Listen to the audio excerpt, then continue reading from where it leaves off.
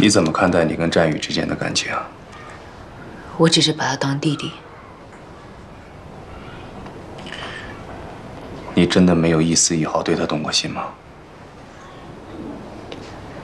我承认，战宇是个人人怜爱的男孩，但我对他的感情从来就是一种亲情，没有别的意思。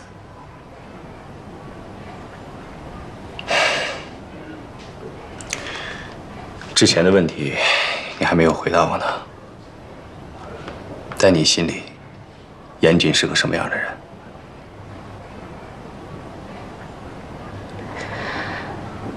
一开始认识他的时候，我觉得他很完美，无所不能。但是后来，在他，我不知道应该怎么评价他。也许我从始至终都没有真正的认识过严谨。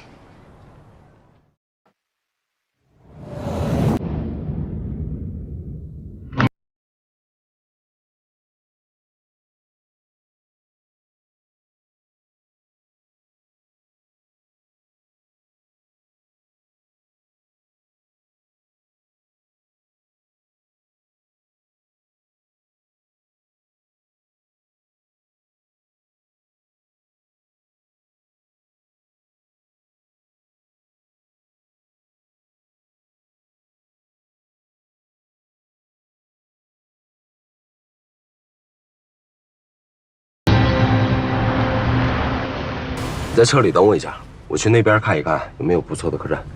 这可以停车吗？没事，马上回来。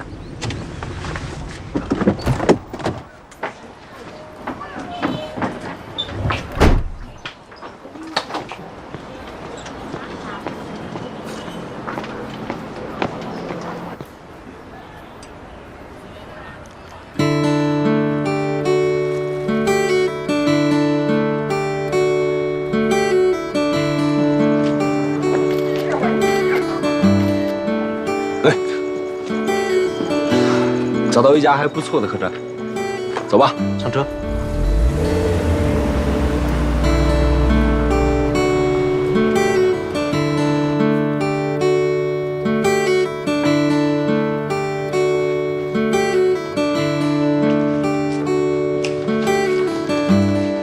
哎，你好，先生你好，办理入住，请问一下。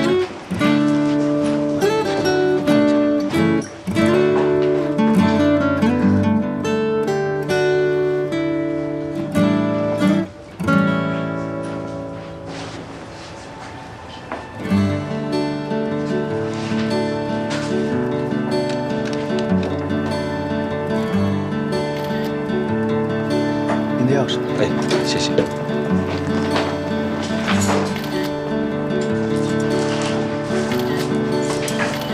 我的背影有这么迷人吗？是吗？没注意到。给你，只剩一间关键房了，这里最好的房间，我住你楼下。杨老板破费了。季老板客气。现在5点半，咱们到焚香沐个浴，20分钟以后咱们楼下集合。我带你吃点儿，喝点儿。好啊。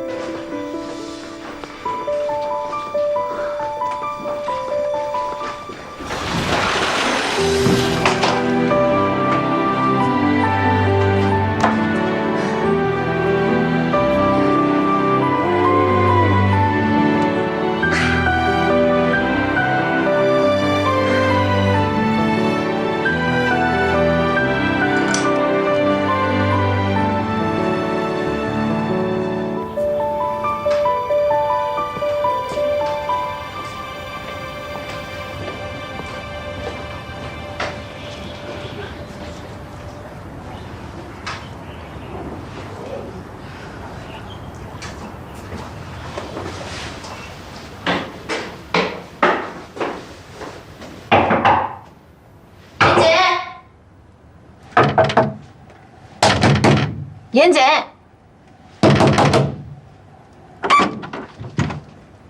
都到点了，你怎么还没好？不好意思啊，刚才接了一个工作电话，我还在洗，现在光着呢。你是进来的呢，还是？再给你10分钟，你要再迟到，我就去找别人喝酒。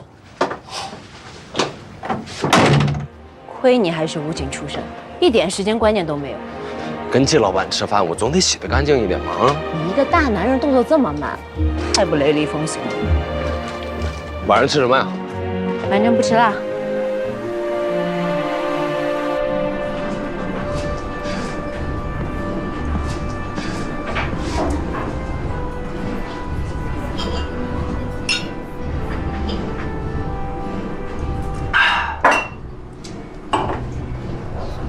刚才就一直在看手机，吃饭的时候能别晚了吗？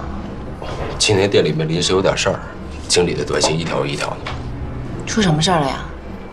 突然跳闸，一个老太太在洗手间里摔了一跤，骨裂，家属狮子大开口，要我赔10万，点背。我之前也遇到一个蛮不讲理的客人，自己不小心把水杯打翻了，烫伤了手，还赖我的店员。唉，为了息事宁人，我还赔了他1000块。想开点吧，这年头，只要人没事儿，就都不是问题。哎，都说利川没有古城好玩，我倒觉得挺热闹的。这条街上的小店也挺有特色的。来过利川几回啊？我奶奶是利川人，她15岁之前住在宁海对面的龙勘。我爸妈年轻的时候事业心很重，一起去援藏。我从小是跟着奶奶长大的，奶奶在我心目中才是大英雄。她年轻的时候跟爷爷一起开了个中药铺，就是似水流年的前身。我爷爷在我爸10岁的时候就去世了，奶奶一个人撑起了店铺，靠卖中药把我爸抚养成人。你到底有没有在听我说话？听呢。我说你们店里咖啡怎么一股中药味儿？那是本店特色，不爱喝拉倒。不好意思，小王，我得回房间一趟，我得发个邮件。你在这儿拿手机发不就得了？文件在我电脑里啊，我发完就回来，该吃吃，该喝喝，乖乖等我回来。老板，再来杯长岛冰茶，谢谢。好。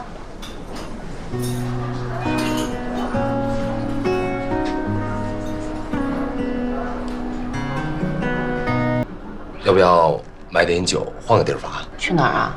回客栈啊，边喝酒边俯瞰整个宁海的夜景，多惬意啊！我不回去喝，你肚子里酿什么坏水，我还不知道。我要真想睡你，我等到现在了。你能不说这件事了吗？这样，我发誓，如果我严谨，今晚对你图谋不轨，我这一辈子都找不到媳妇儿。哼，行。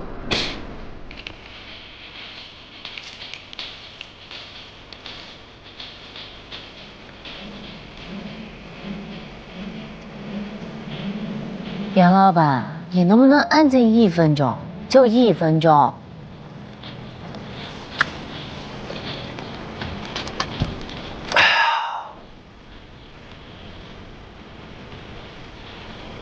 想什么呢？我在想，如果每天收工都能在这样的露台喝上一杯，就算只能活到30岁，我也心甘情愿。呸，摸木头。至于说这么丧气的话吗？跟哥说，你看上哪家客栈还是院子，哥给你买下来，把似水流年搬过来不就好了吗？我知道你有钱，但不是什么都可以拿钱买到的。也对啊，感情就是买不来的。你几年没有谈恋爱？ 2年了。前男友是谁？做什么工作的？因为什么分手？你查户口呢？这夜色缭绕的，不聊聊情感，你不觉得可惜吗？那你前女友是谁？在哪儿工作？因为什么分的手？我谈过3个女朋友，有音乐老师，有演员、模特，可他们跟我在一起，就是因为我的钱。我往前砸出去了，人还是留不住。我交代完了，赶紧的。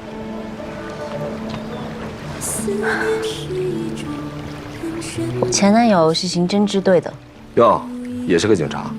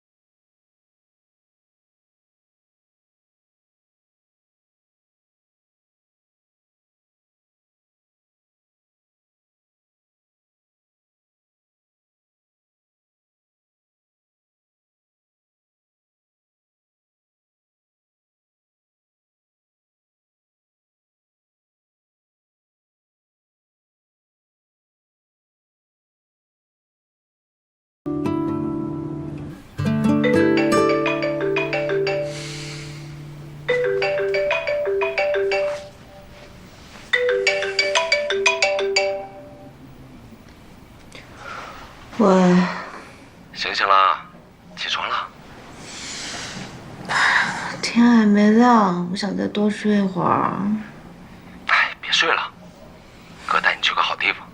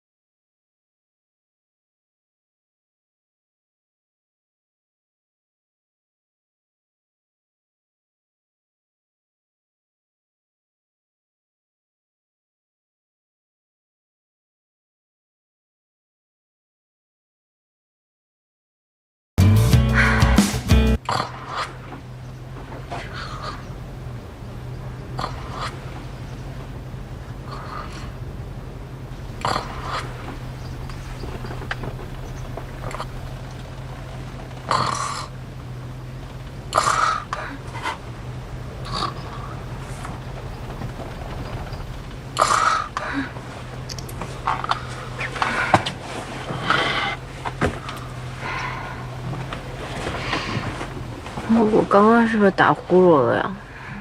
没有啊，我打。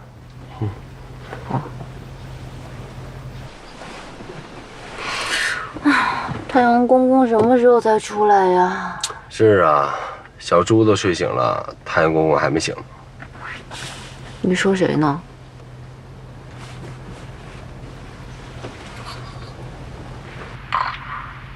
把视频给我删了。凭什么删啊？这我的作品。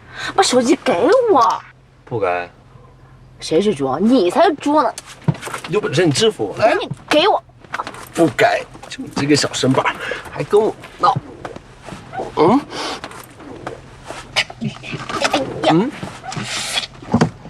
哎，看，出来了。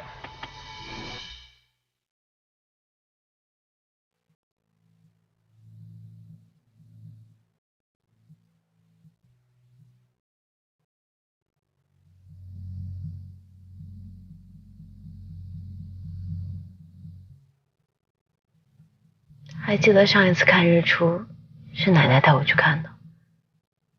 我已经好久没有看过日出。谢谢你，严谨。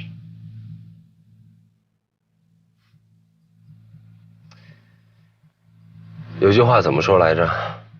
悲伤的人看日暮，有梦的人看日出。咱们俩也算一起做过梦了。没想到你这个臭流氓，还是个有情怀的暖男。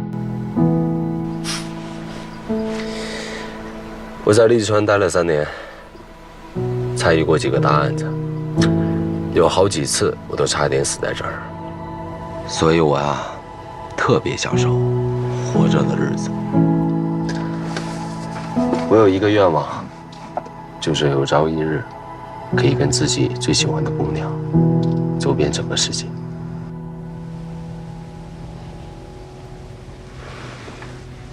严谨，你对我是认真的吗？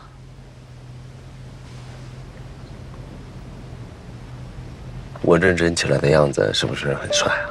我说正经的，严肃点儿。这样，咱们俩玩一个正话反说的游戏，好不好？好啊。严谨，你真帅。纪晓，你可真聪明。严谨，你可真是个好人，我喜欢死你了。纪晓，我恨死你了，这辈子我都不要再见到你。严谨，你会骗我吗？当然会。我没有在跟你玩游戏。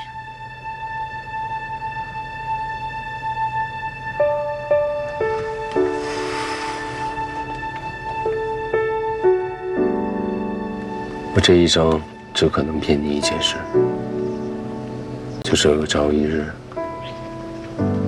我不再爱你。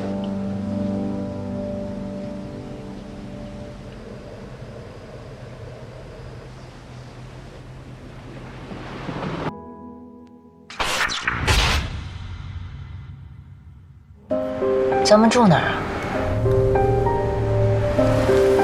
在车里等我一下，我去那边看一看有没有不错的客栈。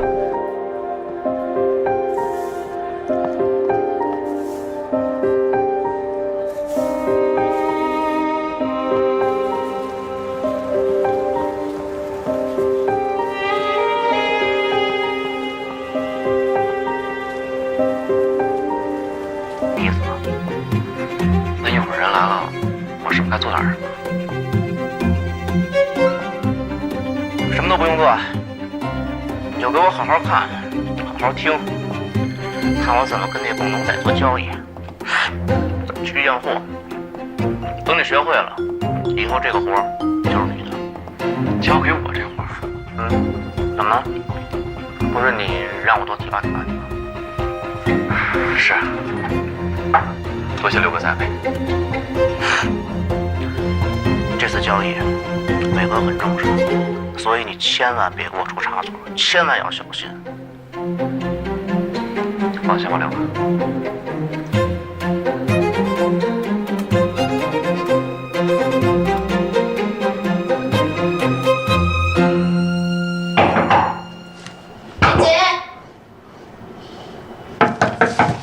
妍姐，妍姐，妍姐，都到点了，你怎么还没好？不好意思啊，刚才接了一个工作电话，我还在洗，现在光着呢。你是进来的呢，还是？再给你10分钟，你要再迟到，我就去找别人喝。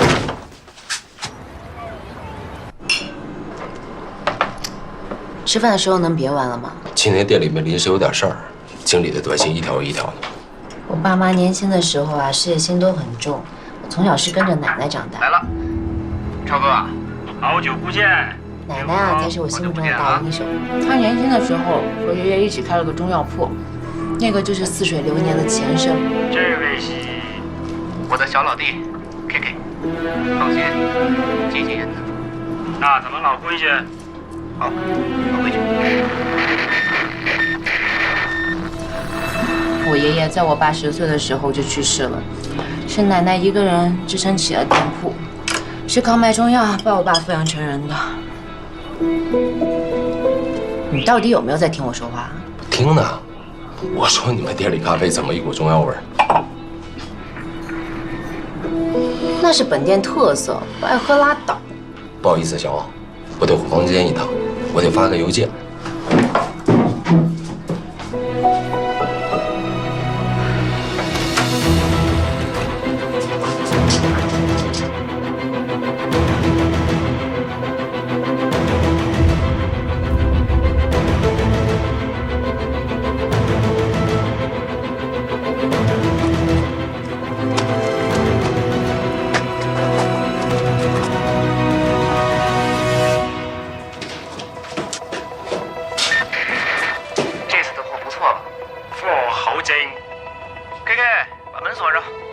超哥，怎么样？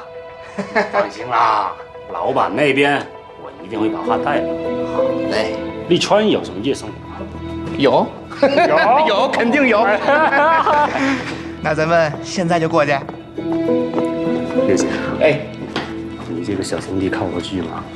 哎呦，超哥，你就放心吧啊，是他，没有问题。最近出了事儿，枪得紧着。走吧，帝王玉等着你呢。这个靠谱。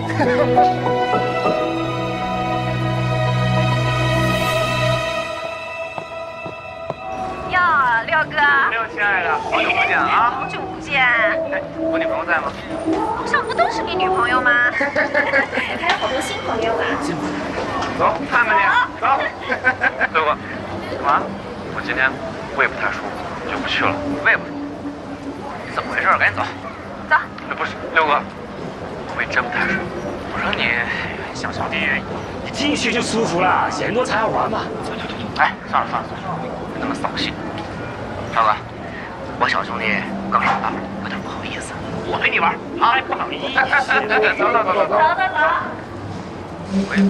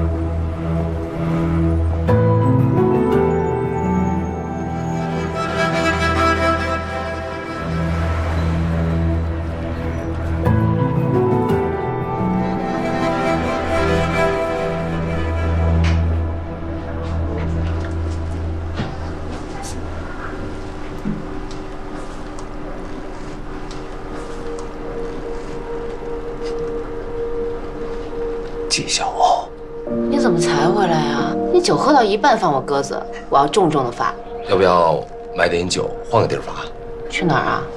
回客栈啊！我不回去喝，你肚子里酿什么坏水，我还不知道。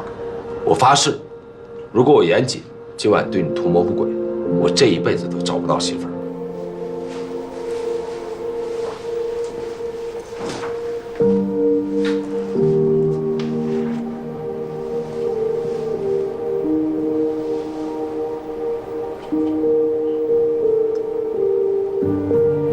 晚安，丫头。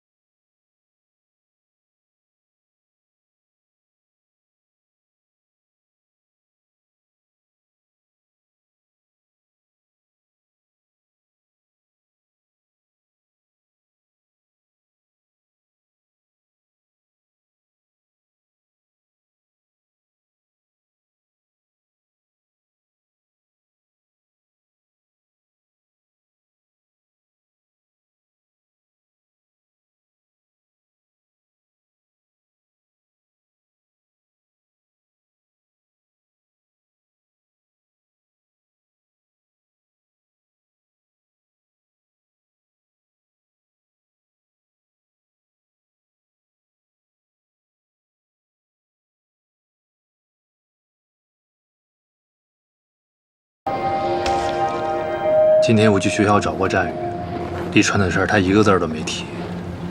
看来这小子不是真心打算跟我们合作。他可能有什么顾虑吧？再给他一点时间。已经没时间了，一次次机会摆在他面前，他自己不好好珍惜，再怎么帮都没用。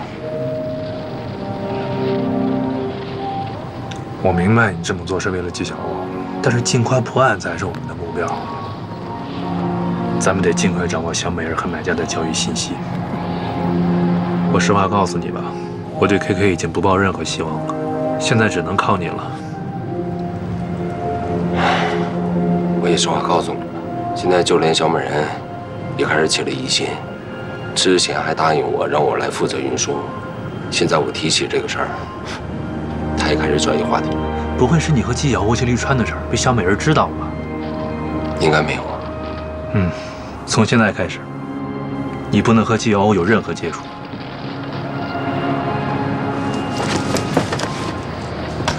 我知道你心里在想什么，但现在是什么爱不爱的时候吗？只能委屈纪晓欧了。明白，一切以大局为重。现在刘伟这条路走不通，那就得想办法拿下小美人。既然他对你有非分之想，那就索性给他一个机会。只要他对你死心塌地，极力推崇你，刘伟就得让步。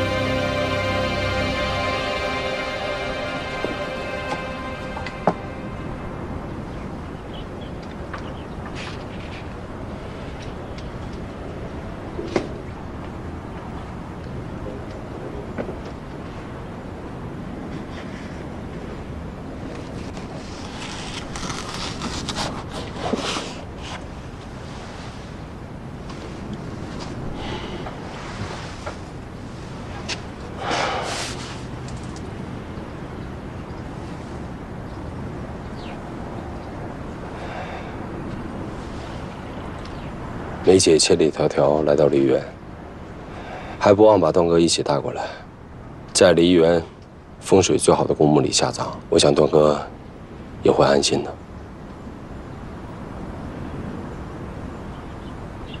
今天我不请自来，实属有些冒昧。但段哥的事儿我很佩服，我也知道段哥在你们二位心里有着很重要的位置。今天是他的忌日，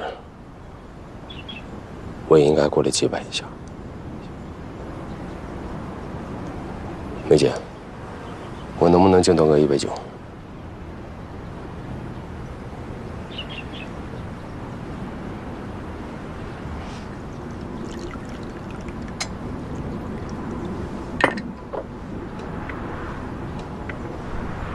段哥，很遗憾这辈子没能做您的兄弟，但请您放心，从今往后，我梅姐跟我伟哥一定会在梨园生活得很好，你安心吧。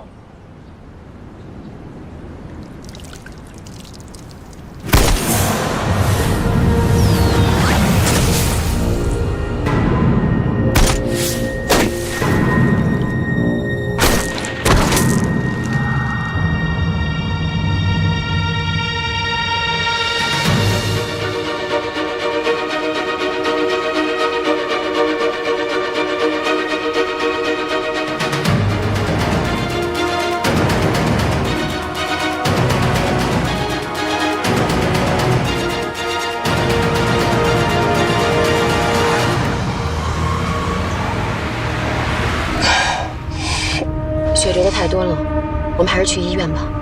不行，枪伤必然会惹来麻烦。那要不然去你家，我帮你处理。伟子，叫人去买一些处理伤口需要用的东西回来。你能行吗？没什么不行的，段哥以前受伤也是我帮他处理，我有经验。你开快点。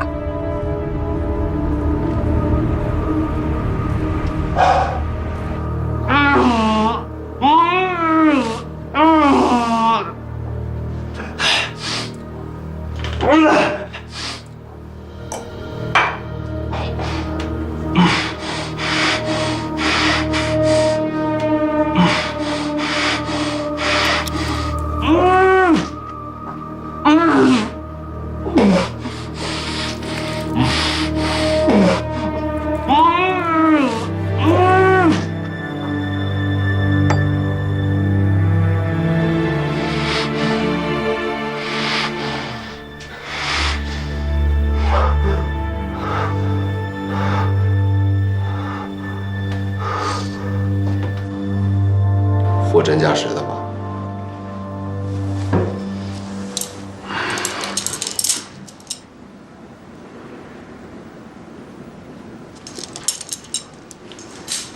既然你早已经决定了要接近小美人，干嘛还要在利川对纪晓鸥表白啊？情到深处，控制不住啊。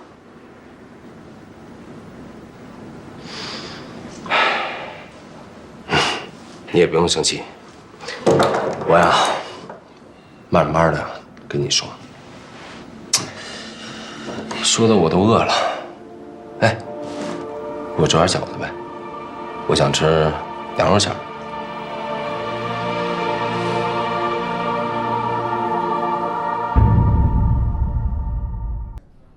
你的咖啡。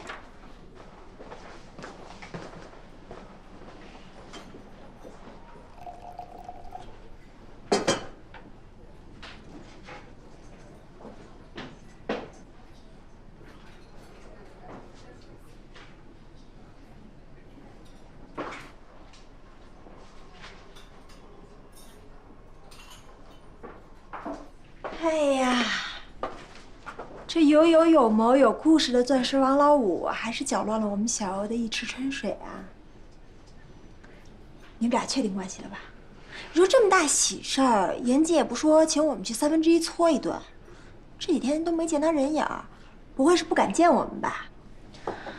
他是去外地出差了。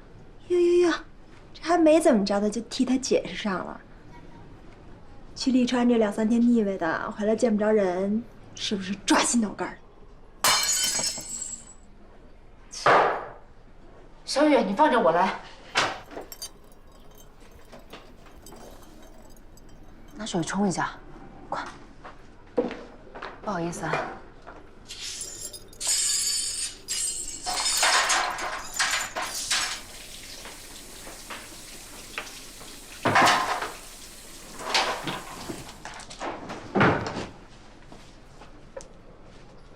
姐，你真的打算跟严妮好了？姐，他是个花心的男人，你千万别……严谨是个怎么样的人，姐心里清楚。好了，多注意点。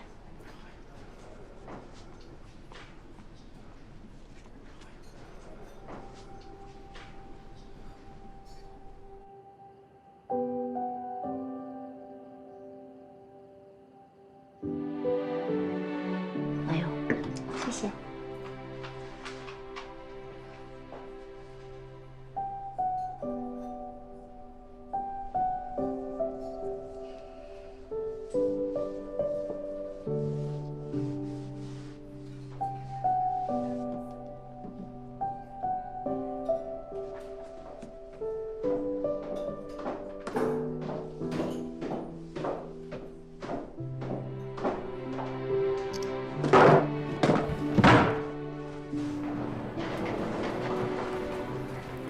跟手机置什么气呀？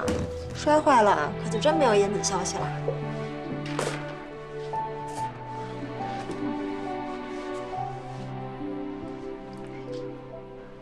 完了，这回某人是真惹着我们家赤青欧了，后果不堪设想啊！你还真把某人当饭菜了呀？是不是把菜你都吃下去了？什么滋味儿，你自己最清楚。其实我觉得你也不用想的那么糟糕，没准人家严大老板是真的忙，这2天就没有时间回你消息。你要真想他，你就给他打电话呗。我要再给他打一个电话，我不姓季。那你姓严。逗你玩呢，这都什么年代了？女追男一点都不跌份儿，反而更容易把幸福牢牢掌握在自己的手里。可你以前，你可是不会花这些时间胡思乱想的。要我说，你就直接给他打，问清楚，行就行，不行就拉倒。这年头做什么事情都得干干脆脆的。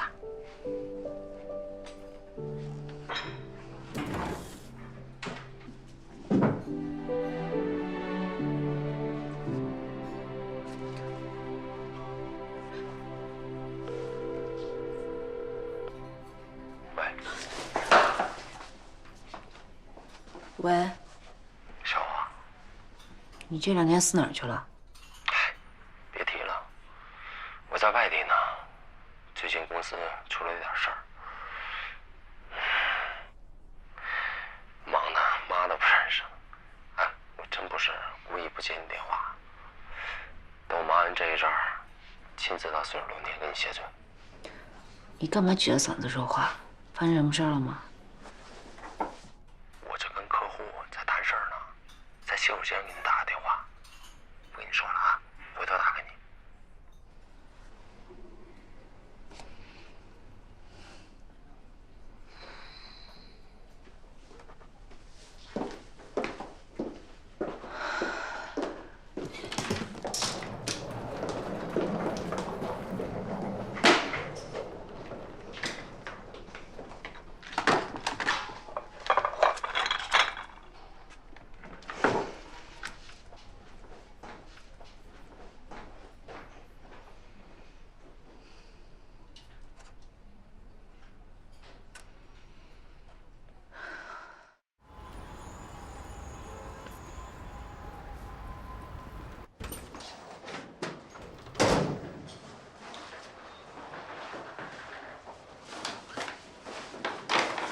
张宇他母亲的病情最近应该稳定些了吧？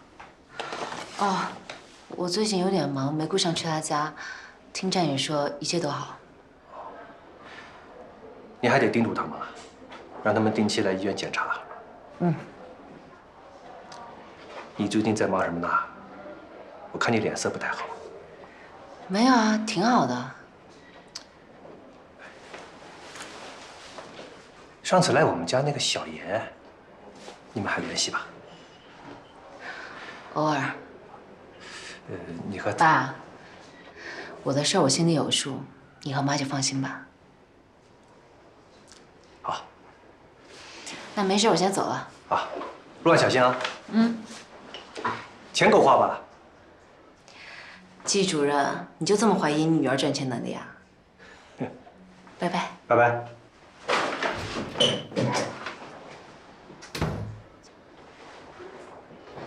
喂，方大小姐。严谨怎么说的？在迪拜都不够你腐败的，还操心我。回答问题。他说他忙着，不方便接我电话，回头再向我赔罪。你什么时候变得这么好欺负了？我呀，还是建议你去他家突击检查一下，什么都清楚了。哎，对了，这边好多东西在打折，我一会儿拍照片给您啊。先挂了啊。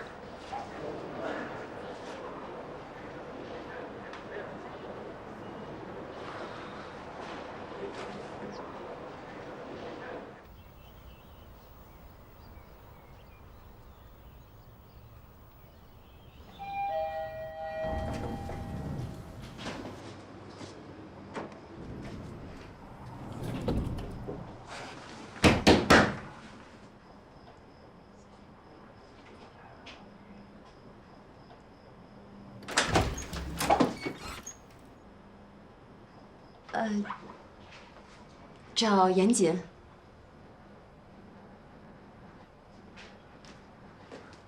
严谨，有人找你。谁呀？季老板，你怎么来了？你朋友啊？对，我之前经常去那个咖啡馆的老板娘。哦，既然是朋友，进来坐会儿吧。不用了。那你们聊，我去看眼汤。好。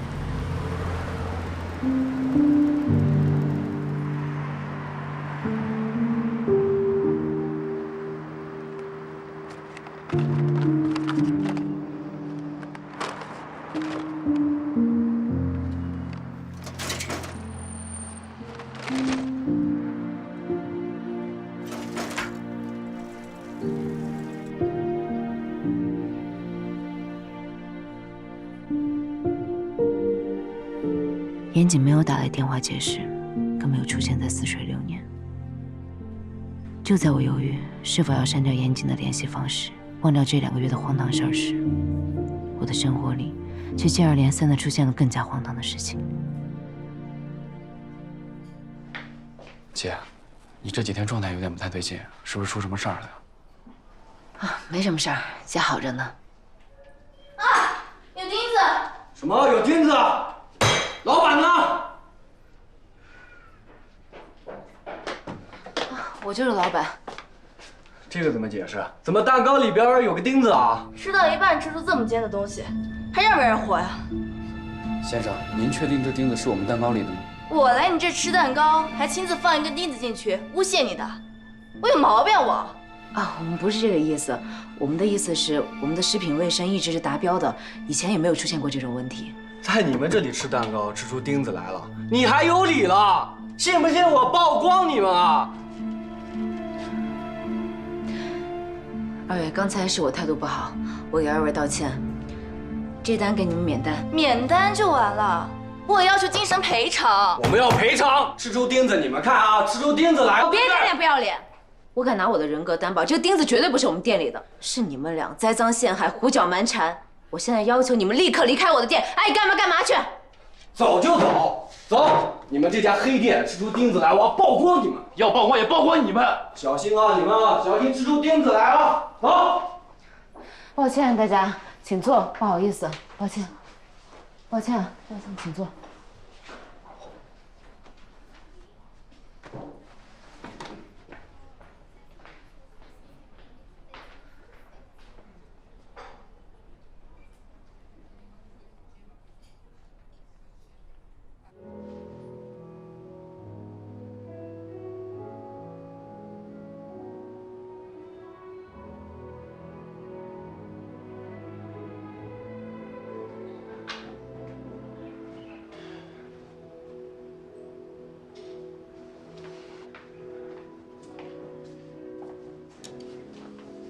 姐，别太着急，做生意总有起起伏伏，不忙的时候刚好歇一歇。可是这2天店里太冷清了，我总觉得哪儿不对劲。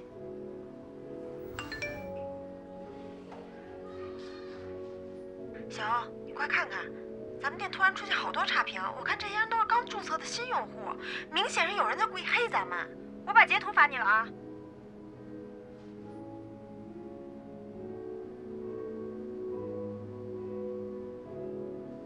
姐，会不会是上次那2个顾客搞的鬼啊？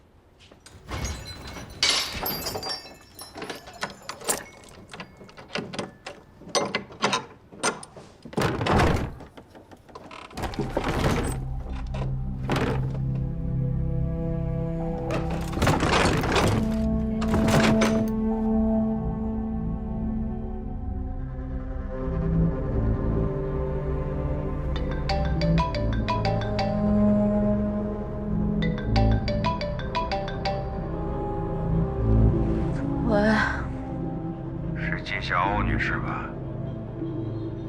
谁呀？你穿的睡衣真好看。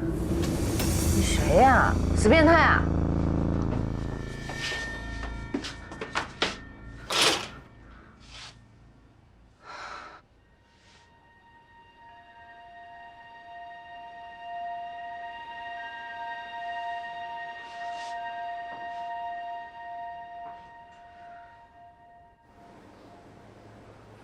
没事儿，一定是有人看咱们店里生意好，眼红报复。那天小欧姐还被锁到了店里面，我去找人拆了锁才开的门。其实我这几天晚上都有接到骚扰电话，对方问我是不是季小欧，然后就把电话给挂了。我再打过去，对方就关机了。是同一个人吗？不是。最近店里怪事儿一件接一件，肯定是蓄意报复。你们是不是得罪什么人了？没有啊。上次有2个客人硬说在我们蛋糕里面吃出了钉子，那一看就是他们自己放进去的。我们就说了他们2句，也不至于闹这么大的动静啊。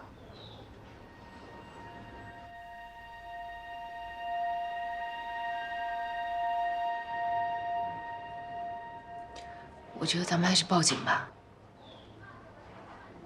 现在没有任何证据，报警没有意义，除非我们能抓个现行。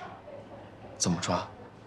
我们可以在店外比较隐秘的地方装一个摄像头，如果这帮人再来骚扰的话，我们可以把这个录像交给警方，这样警方就可以立案侦查。好主意。姐，如果你不介意的话，这2天我可以搬来店里住。不用了，就你这小身板，你来了我还得照顾你。那我也是男孩啊。现在事情还没有查清楚，有战宇在，遇到什么事儿也能有照应啊。那行吧。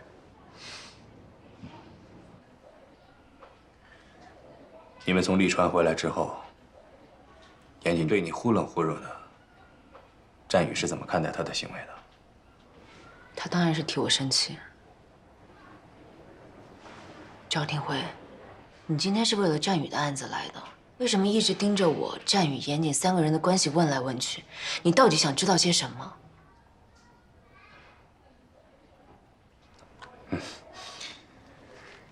严谨也在死者的关系网内啊。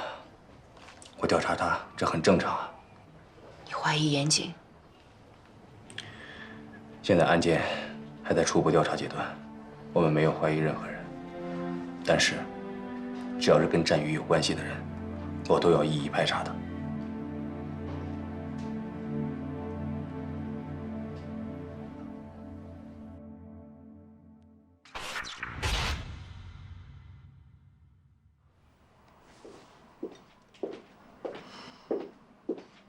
我炖了点汤，把它喝了吧。好，不用动。为了我差点连命都没了，喂你点汤没什么的。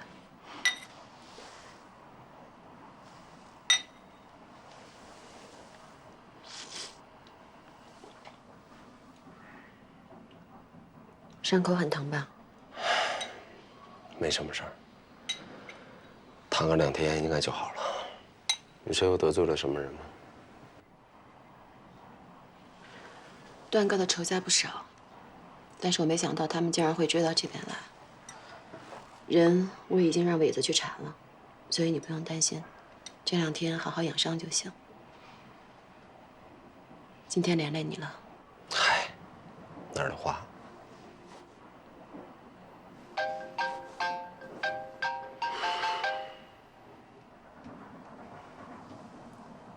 家里人打来的，我现在这个样，还是不要让他们知道比较好。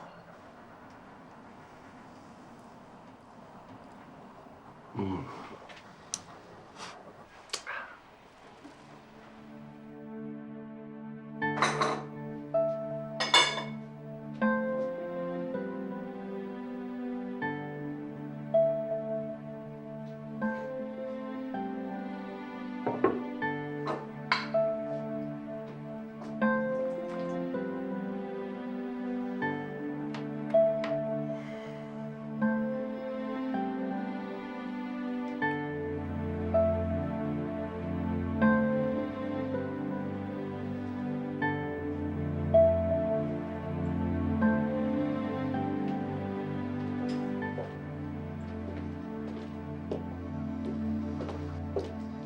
醒了，起来喝点汤。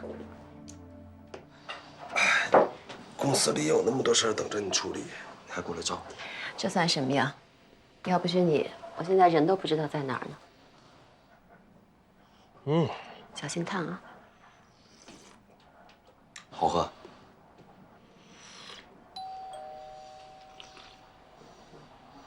我去开门。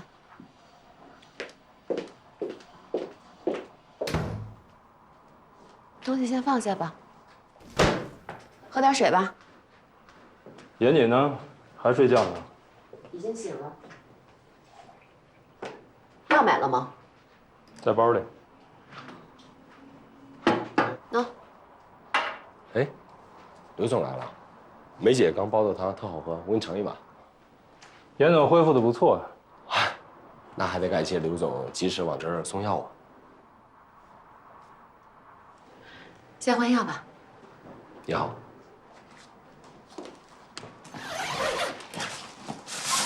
我来吧。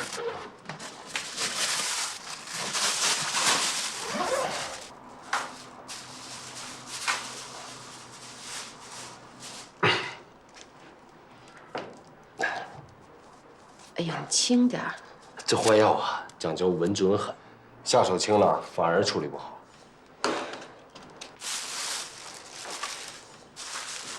人抓着了吗？还没。你的人都是干什么吃的呀？我怀疑开枪的人不是咱们的仇家。那会是谁啊？是谁？我现在不清楚，但我敢肯定的是，这事儿是事先安排好的。什么意思？把话说清楚。第一，我的人把梨园整个翻了个遍，一点蛛丝马迹都没发现。我还暗查了红石帮和陆万金那几个仇家，都没听说他们派人找我们的麻烦。第二，通过子弹可以断定这把枪是射程在800米以内的，中口径狙击步枪，精准度极高啊！所以对方如果真心想要报复，完全可以一枪命中。为什么他第2枪才射向了梅姐？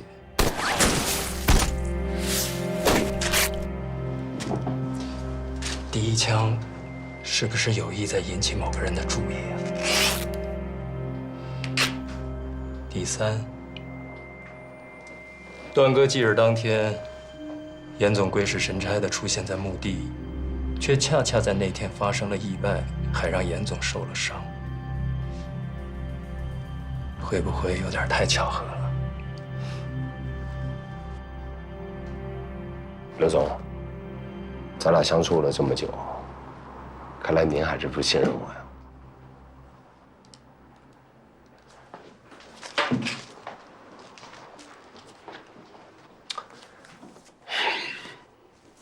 这些都是我做武警和缉毒警那些年获得的勋章，大概10几20处吧，具体的我也记不清了。我印象最深的一处，是我身为缉毒警执行最后一次任务时被毒贩击中了胸部，子弹击穿了我的护甲，离心脏只有0.几公分。我庆幸地捡回了一条命，但我的好兄弟在那一回的行动当中牺牲了。后来我就退伍经商，原因只有一个，我怕死。因为我太知道了活下来有多么不容易。什么把子弹留给我，活着才是王道。刘总，如果你是我的话，你会拿自己的性命开玩笑吗？你不是没死吗？怎么说话呢？严姐为了我们差点把命都丢了，你怎么还能胡思乱想、胡说八道呢？还不赶紧道歉！严总，别急，我这不是也在分析一种可能性吗？是吧？你放心，开枪的这个人，我掘地3尺也要把他挖出来。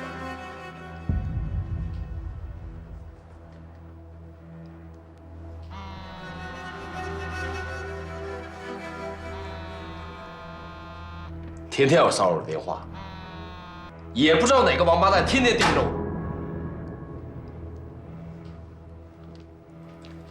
公司还有事儿，我先走了。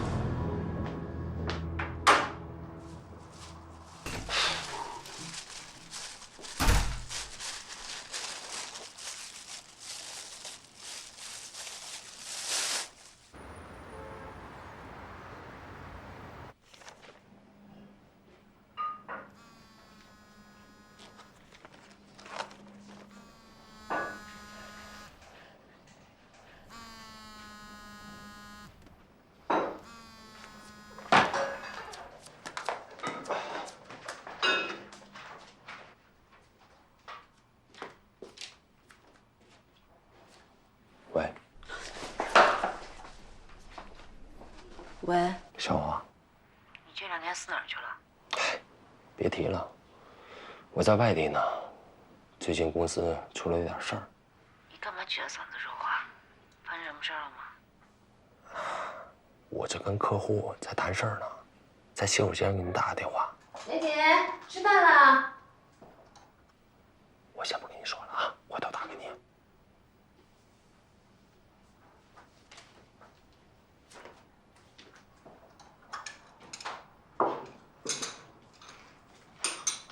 嚯，这菜一看就是有故事的女人才做得出来的。什么有故事啊？好几年没下厨了，凑合吃吧。这好菜不配上好酒，说不过去啊。你不能喝酒。没事，少喝一点。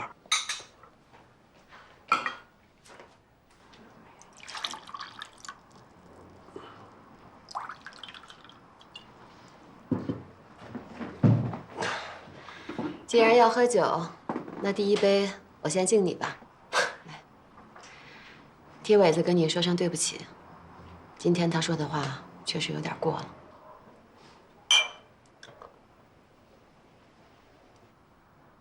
他这么做也是为你着想，我理解。他疑心重呢，是因为以前吃过不少的亏。但是话说回来，这些年要不是有他护着我，估计我早就被段哥的仇家给做了。刘伟他对你什么情感，我一早就看出来了。虽说啊，他是一个糙人，但他对你真的是细致入微。你就从来都没考虑过他吗？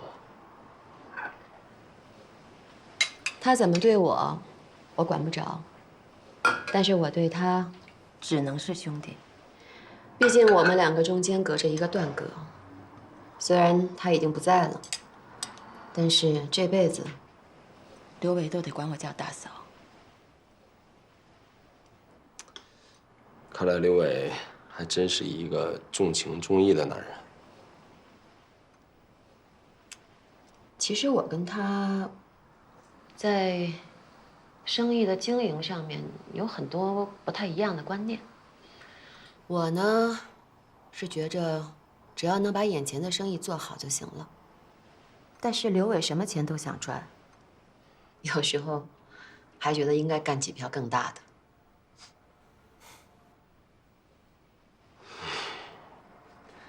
来，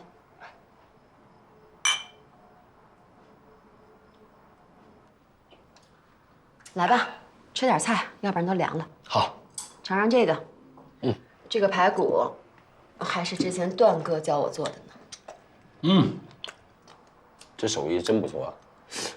这段哥都这种地位了，还下厨做饭啊？刚混社会的时候做过几年厨子，后来虽然过上了打打杀杀的日子，但是只要有时间，他还是会回家做菜吃的。铁汉柔情。看过电影《甜蜜蜜》吗？其实我跟段哥挺像电影里边的李翘和豹哥的。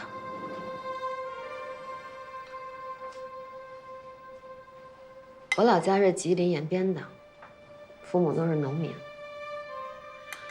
16岁的时候，我就一个人到了哈尔滨，在洗浴中心里面做事儿，按摩的。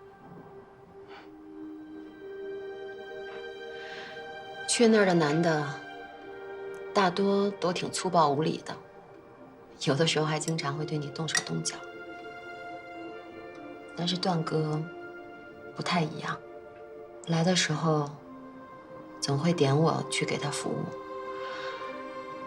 还会跟我聊天，给我讲故事。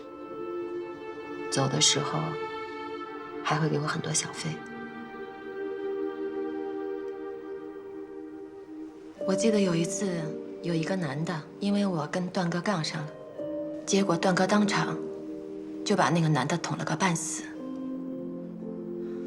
那个时候我才知道，原来他是混黑社会的，还是个不小的头目。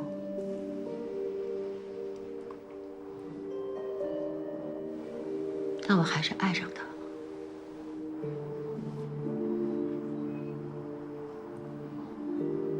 段哥后来也跟我说，其实他第一次见我的时候就喜欢上我了，觉得我跟别的女孩不一样。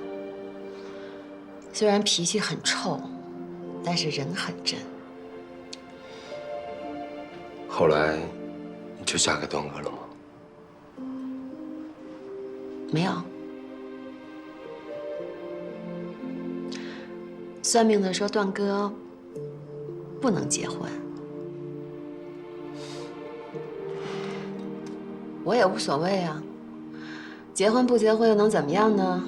反正不是已经打定了主意要做他一辈子女人了吗？其实，在东北那些年的日子，过得挺提心吊胆的。但是我觉着，跟段哥在一起的每一分钟，都挺温暖的。那是为什么你从东北搬到梨园来了？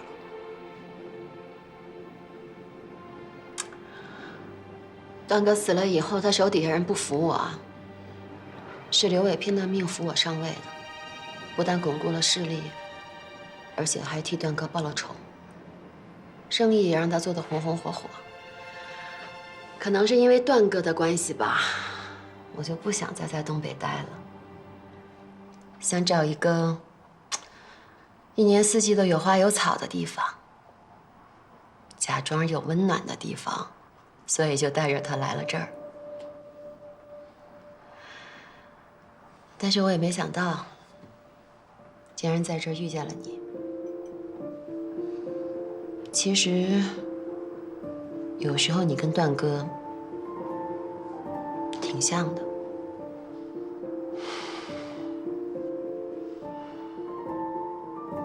梅姐，咱们俩能相遇，真的是一种缘分。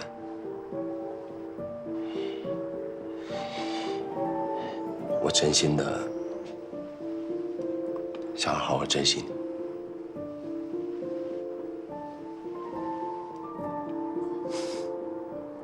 得了吧！刚开始接触你的时候，你可是对我视而不见啊，身边美女一直环绕着，怎么可能会看上我这个老女人呢？说实话，一开始我对你的情感，我自己真的也不确定。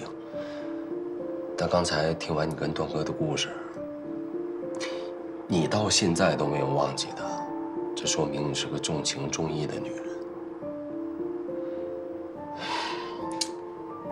我知道我肯定比不了段哥在你心里的位置，就认了。但我从来没有在意过你的年纪，我还真挺喜欢有故事的女人。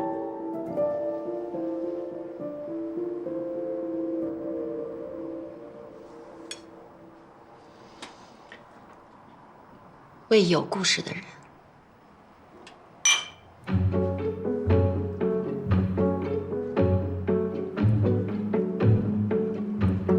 为了尽快打通小美人这层关系，我不断撩动她的芳心。但我考虑到小欧的感受，始终与小美人在身体上保持距离。但我最担心的事，还是发生了。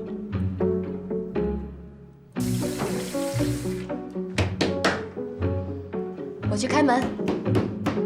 来啦，严谨，有人找你。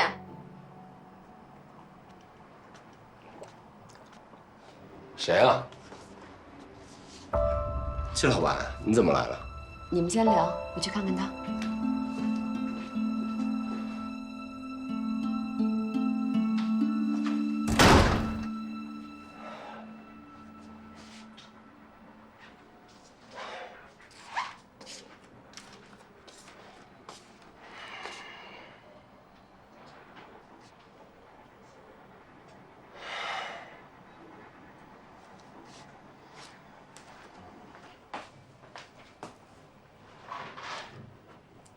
季老板是你朋友？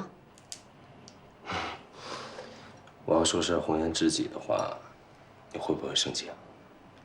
那到底是还是不是呢？你不也老说我身边总是有美女环绕吗？但难免会遇到那么几个自以为是的。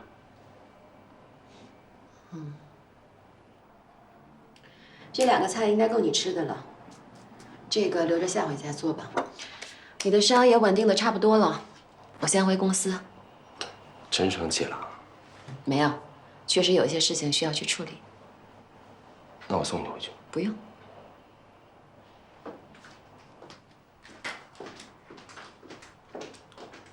那你慢点啊。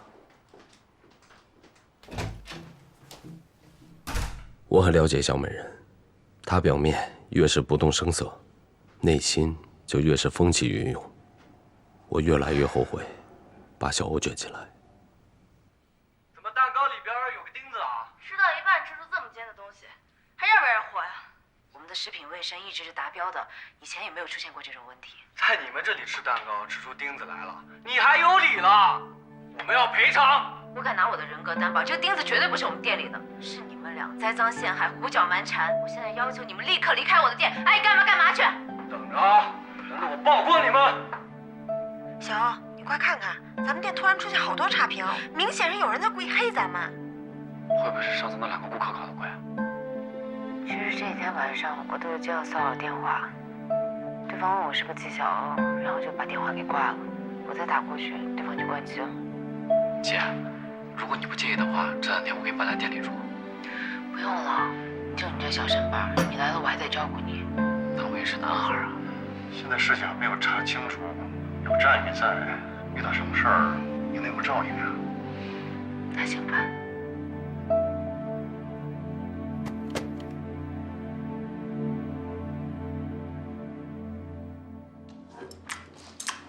味道不错，你们食堂自己包的吗？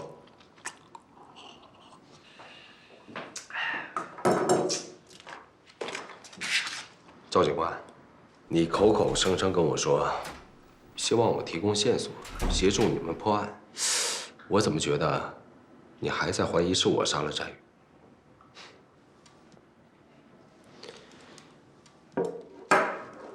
你在努力寻找我的杀人动机。你不停地追问我纪晓欧跟战宇之间的关系，你该不会是怀疑我是因为感情问题杀了战宇吧？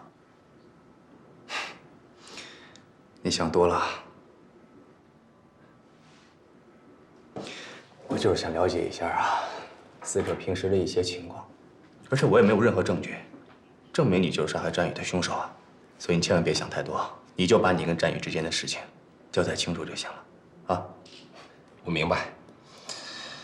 不过，你刚才那些小动作，把自己给出卖了。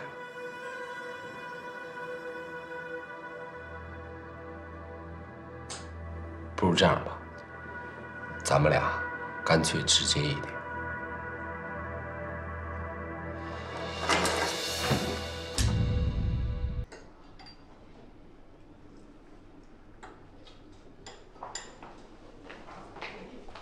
小雨，你这手艺不比冯大哥差。多喝点，好好补补。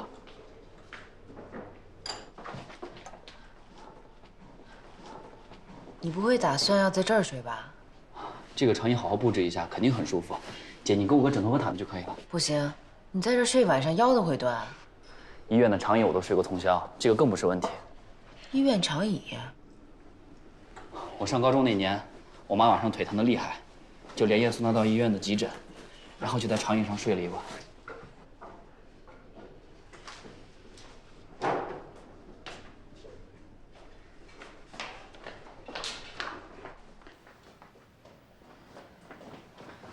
小雨，你这几天就睡这儿。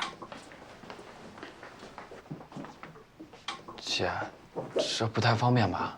有什么不方便的？除非你嫌我呼噜声大。姐，你怎么可能会打呼噜？我不相信。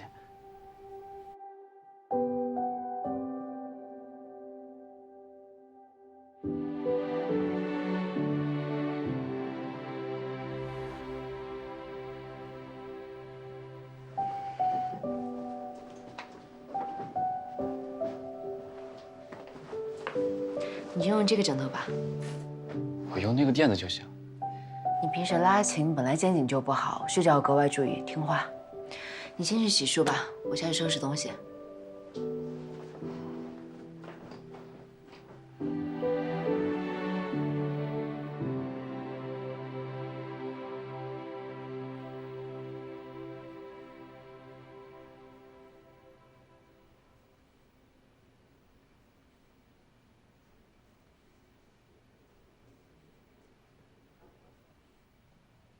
姐，睡着了吗？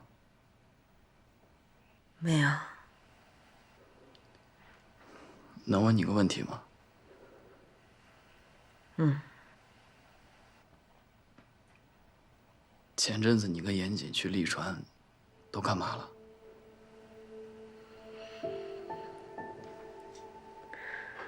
严谨是不是和你表白了，然后他又不认账了？小孩子不要问这些，快睡觉吧。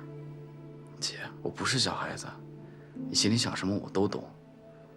我知道你前阵子是因为严谨伤心，他一定做了什么对不起你的事儿。没有。那他最近为什么没有来似水流年？你还从来都没有提起过他。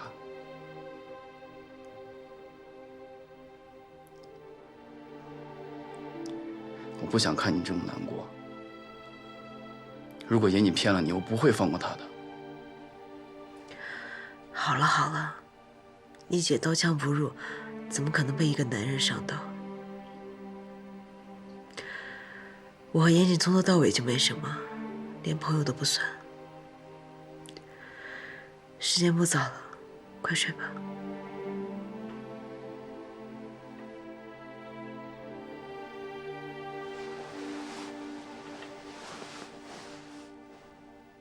姐，我是绝对不会伤害你的。晚安。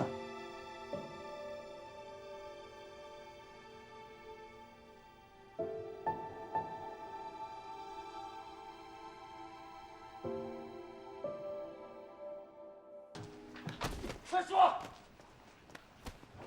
是谁？说。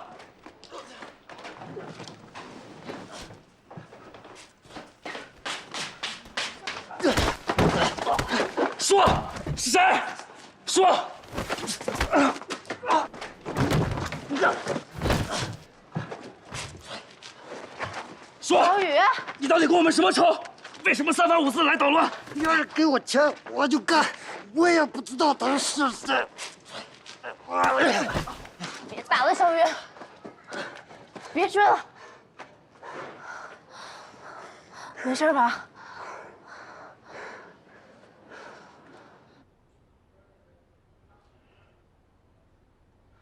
没想到你这个小艺术家还挺能打的，那个人块头这么大。我小的时候个头小，经常被人欺负，所以学了几下用来防身。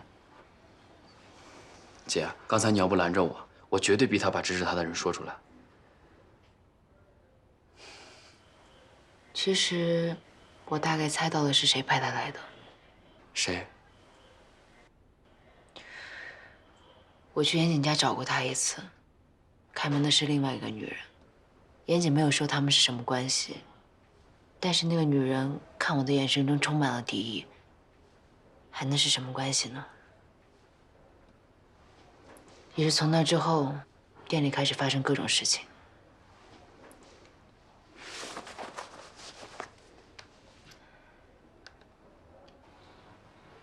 姐，你看是不是这个女的？就是她。你哪来的照片？那天晚上，我老师去一个高级会所见一个国外的音乐家，偶然在厕所碰上了这一幕。怕你难过，就没有拿出来给你看。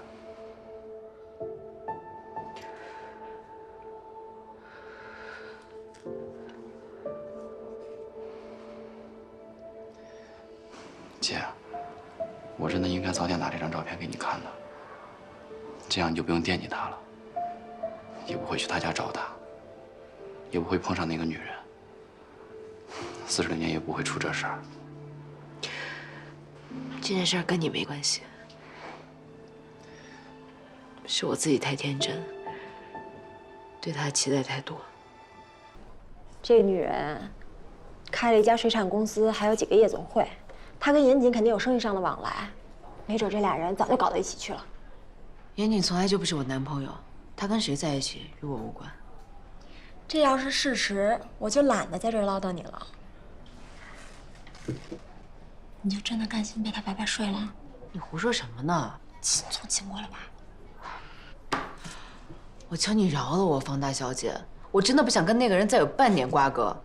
这种渣男当然不必留恋，但你总得让他给你一个合理的解释吧？哦，当初是他一而再再而三的追你，现在他连句对不起都没有就闪人了。而且你明明知道咱们店里这些怪事儿都是那个小美人派人干的，你就不想找他问清楚？真当你纪晓雯没爹没妈没朋友啊？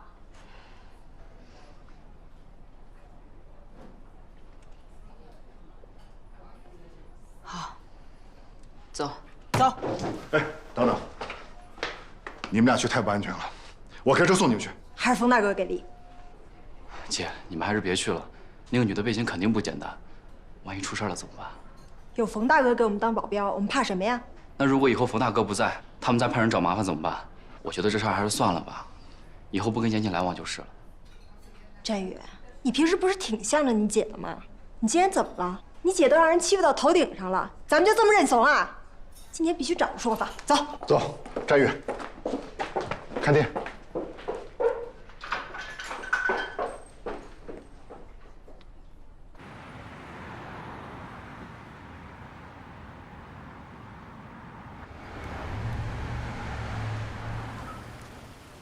就是这儿。生跑渣男市场硬仗，你能不能有点斗志？你淡定一点，我只是想就事论事。小欧，咱不欺负人，也不能让别人欺负了。今天必须要有说法。老冯可以啊，平时看你老实巴交的，关键时刻也不掉链子，够爷们儿。走吧。走。走啊！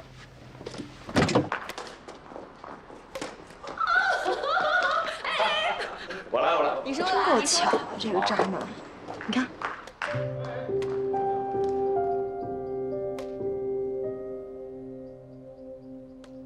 姑娘，你们这是找谁啊？你们这找谁啊？老哥，哎，老哥，借个火，借个火，有火没有？我这没火。来。你们干什么来了？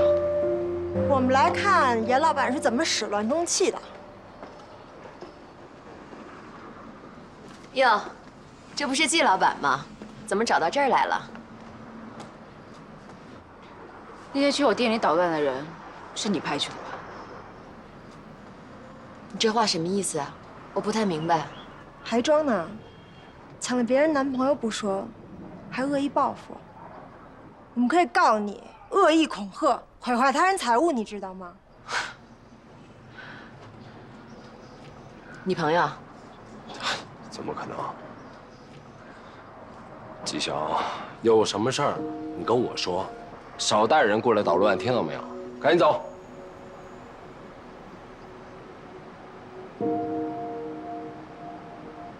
现在该我们走了。当初你天天赖在似水流年不走的时候，求我帮你一块追纪晓鸥的时候，今天你当着纪晓鸥的面把话说清楚。方大小姐，你可真会颠倒黑白啊！我什么时候喜欢过纪晓鸥啊？我只是喜欢那家咖啡馆里的咖啡而已。反倒是你，出了名的拜金，朝三暮四不说，现在又跑过来立牌坊，我真理解不了。你说什么？你再说一次！米娅，严谨，我们不是找你来吵架的，但你这么说太让我失望了。小欧，咱们走。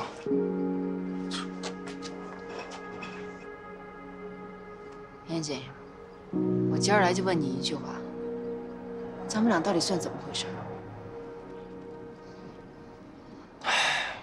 咱俩能怎么回事？我都跟你说100遍了，我对你没有感觉。求求你别缠着我，行吗？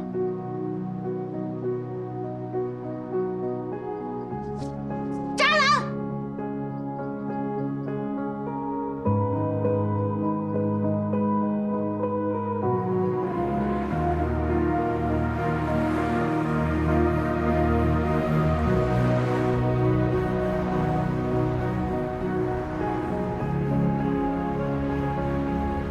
那天回来的路上，车里异常的安静，我听着风的声音，看着窗外的车水马龙和来来往往的人群，突然释怀了。严谨这一夜，我现在终于可以不带任何留恋的翻过去了。我的生活可以就此回归平静，一切都回归到严谨出现前的那种有点无聊的平静。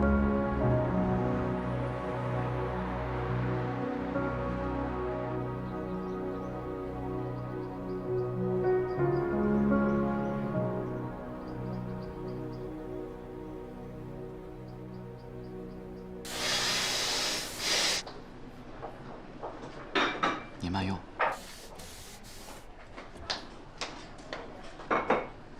小雨，马上要期末考试了，准备怎么样？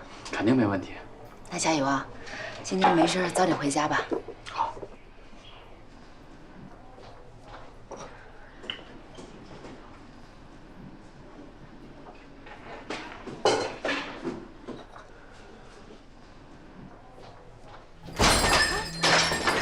出去！过来走！出去！你们干嘛？给我砸！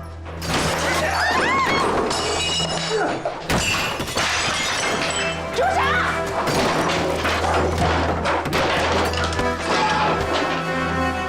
小雨，不要打了！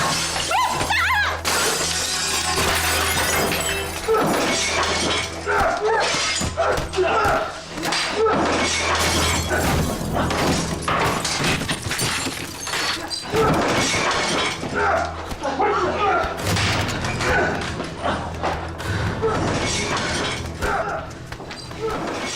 不要再纠缠在一起，否则你这店就不要开了。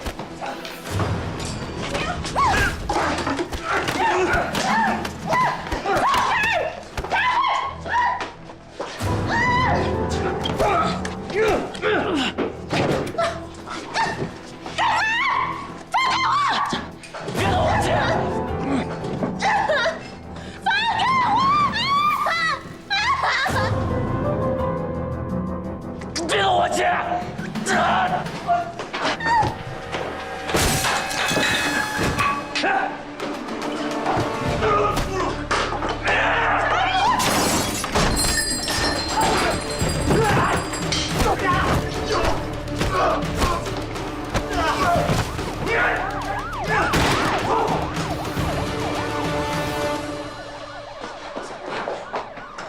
小雨，没事吧？啊？小辉，你没事吧？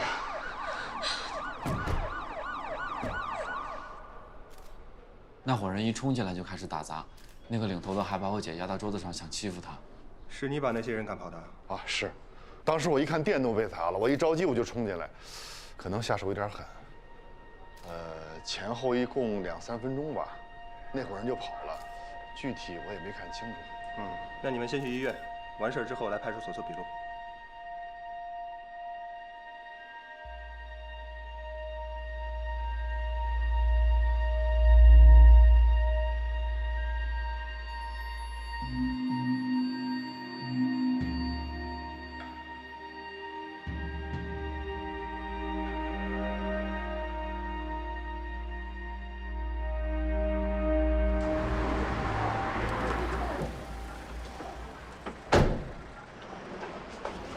姑娘，姑娘，你找谁啊？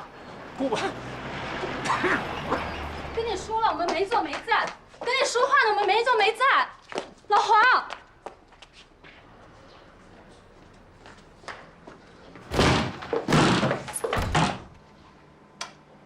季乔，你怎么又来了？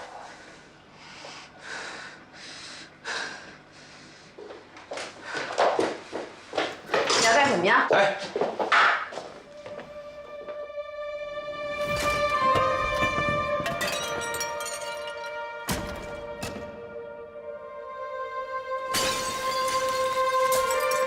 你到底干什么？这是我的办公室。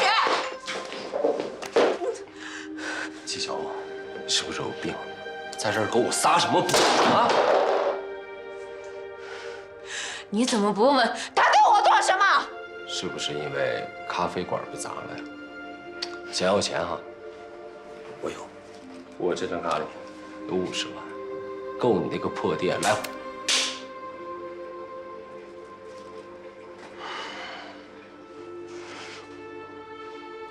我从头到尾都不认识你这个人渣，拜托你管好你的女人，别让她再来找我麻烦。我季小娥不是吃素长大的，再有下次，我跟她玩命！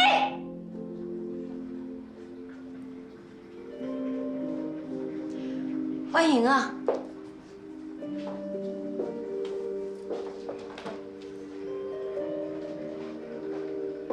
谁呀？谁呀？谁呀？他妈嚷嚷什么？滚！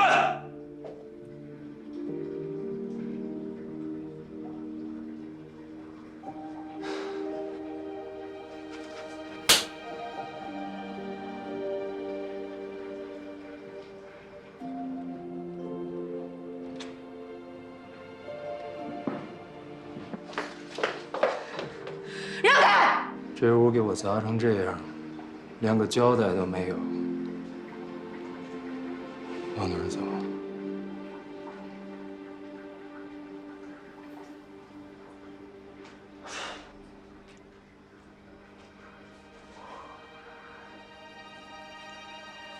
算了算了，你也是，好端端的打个女人干什么呀？瞧你点出息。刘伟，放他走吧，咱们不是还有事儿呢吗？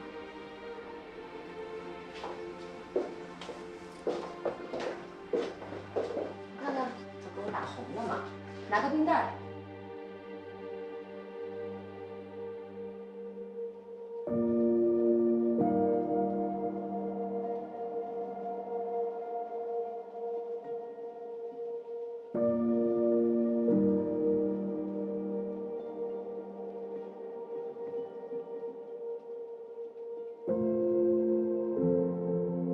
那天是我人生中最耻辱的一天，那些脑子里挥之不去的愚昧回忆，就像似水流年一样被彻底粉碎了。我在心里大声地告诉自己：纪晓欧，你的生活里从来就没有出现过燕景这个混蛋。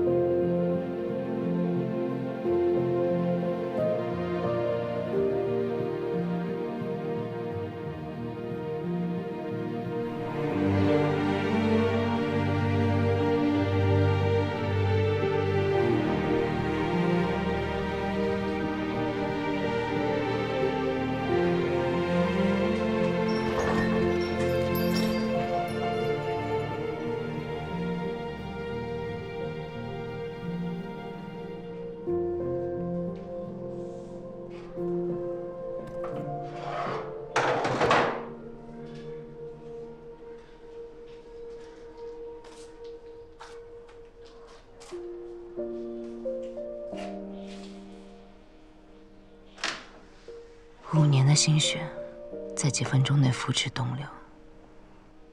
一个人坐在废墟里，我想起了很多事儿。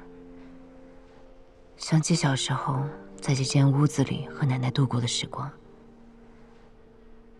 想起奶奶去世前曾对我说：“小欧，你记着，什么时候都不要轻易绝望，在痛苦中要忍耐，在患难中要喜乐。”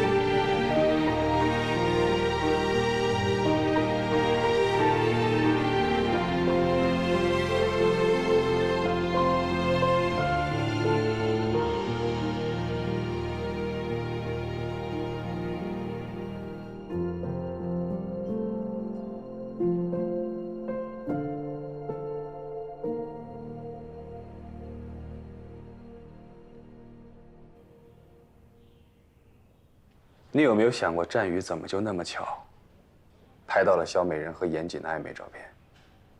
我刚才已经跟您解释过了，他是去见一个国外来的音乐家，在见面的地方碰到的。可是据我所知，那个地方是一家高级会所，因为涉黄涉黑已经被查封了。什么老师会带着自己的学生去那种地方见国外的音乐家呀？你这个话什么意思？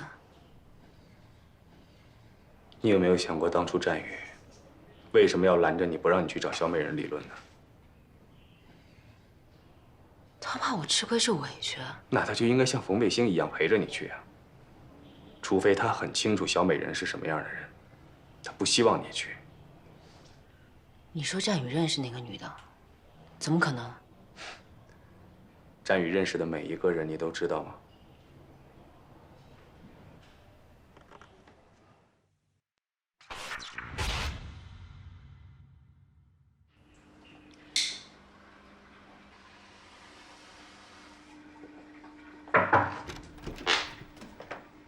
梅姐，刘总，聊事儿了。那我外面等。里面聊。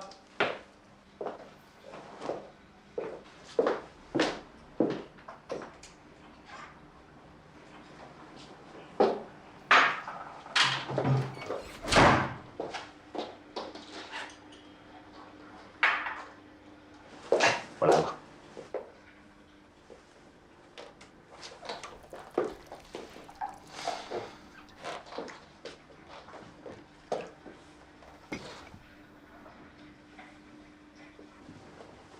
你不喝？我哪有脸喝茶呀？还生气啊？生什么气啊？又没出什么事儿。我跟那个季老板，真不是你想象的那种关系。我想的哪种关系啊？就算是那种关系，又能怎么样呢？反正他又不配你。对，说的没错。为了这么一个女人，不值得。之前啊，是我做的不好，哎，这一切都是我不对，我不应该。伤好多了吧？好多了，能自由活动了。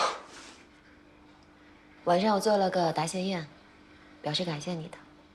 太高调了吧？必须高调呀！我得让大家伙儿都知道，我这条命是你给的。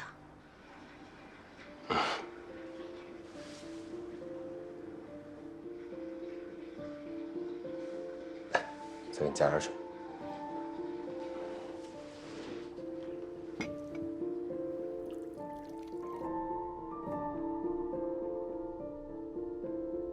我借着答谢的机会，当众挑明了和小美人的关系。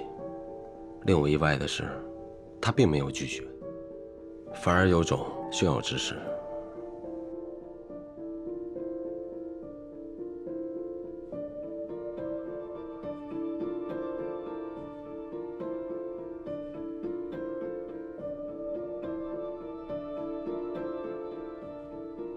哎呀，那几个朋友啊，这太能喝了。高兴嘛，喝点酒。你不高兴啊？高兴，高兴。我也特高兴。去哪儿啊？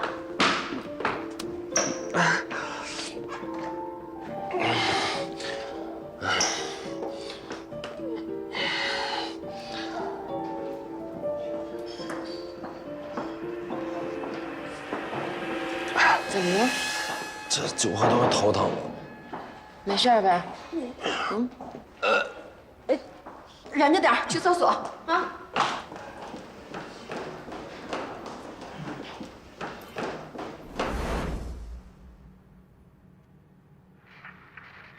哥，这就是 KK。叫人啊，刘总好。总听六子提起你，说你人虽小，但办事很老练，嘴也很严。都靠六哥提携，以后还要跟刘总多多学习。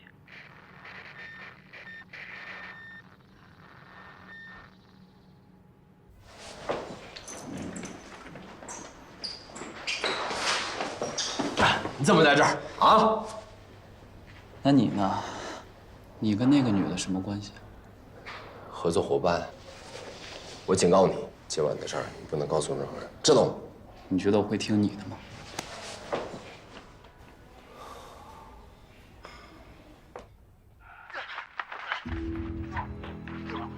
说，你到底跟我们什么仇？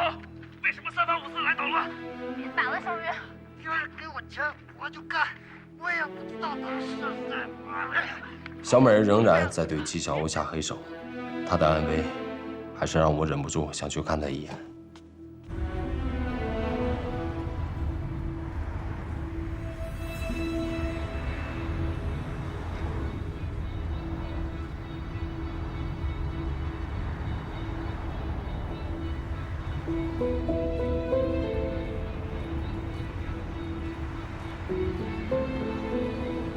但我没有想到，小美人一直都有派人监视我。这意味着，在任务结束以前，我唯一能做的就是彻底的远离纪晓鸥，任凭这场误会像滚雪球一样越滚越大。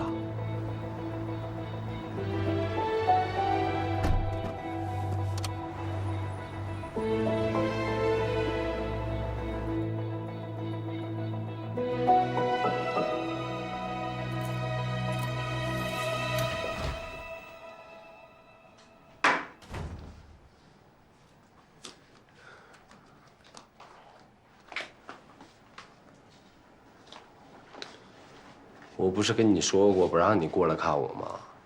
真不怕出事儿？月黑风高夜，我杀了你都没人知道。你们家楼下门禁坏了，我走探头盲区进来的，绝对安全。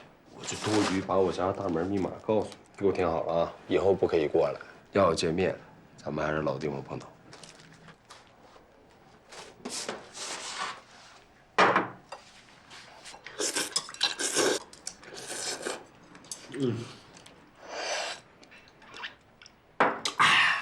哎，还是2字版的泡面好吃啊！泡面不是以前的泡面，腌的还是以前的腌子。等坏了吧？真不用找个医生给你看看吗？这个是我自己的事儿，你就别管了。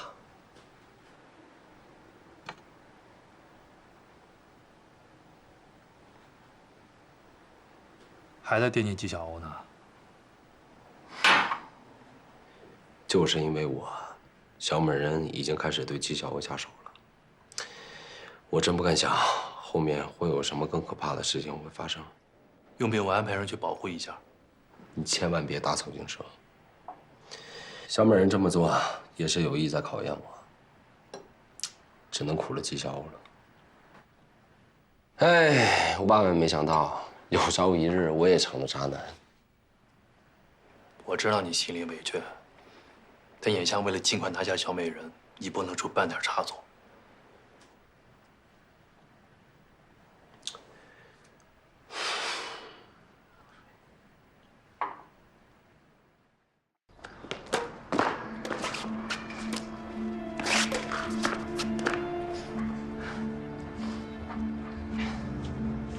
再来，姑娘，你们这是找谁啊？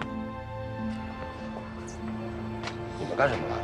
我们来看严老板是怎么使乱动器的。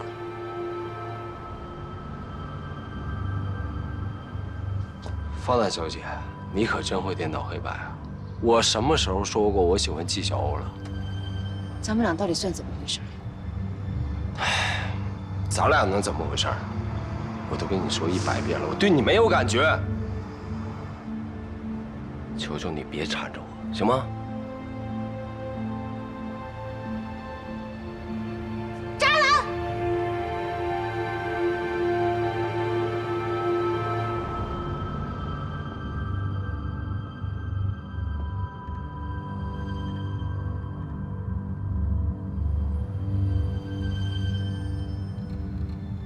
给我砸！住手！小米！不要再进来，否则你的店就不要开了。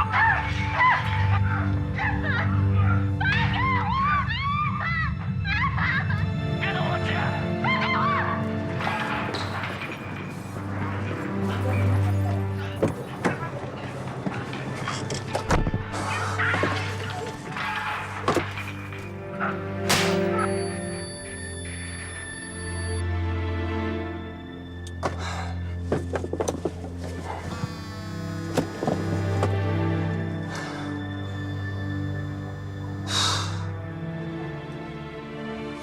喂，严姐，来一趟我办公室，有事找你。好。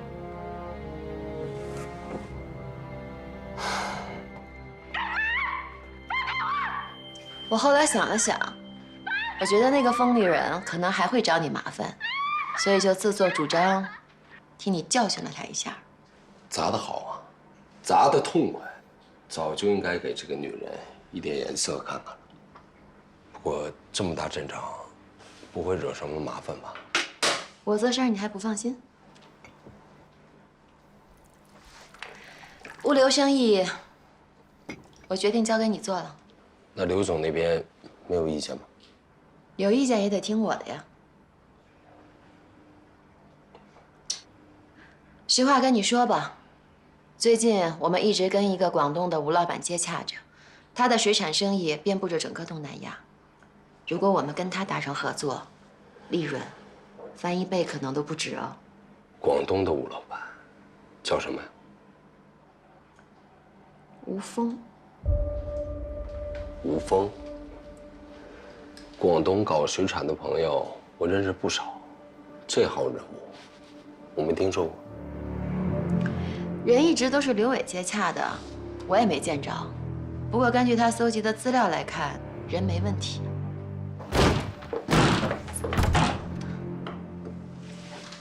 你怎么又来了？你要干什么呀？在这儿给我撒什么谎啊！刘伟来了，事情就严重了。我必须让纪晓鸥安全的离开。什么呀？他们嚷嚷什么？滚！我看着纪晓鸥愤怒而又委屈的双眼，心都碎了。这一巴掌就像一把刀一样，狠狠地插在了他的心上，也彻底斩断了我和他之间所有的感情。即便案件终结，我可能都无法再挽回他了。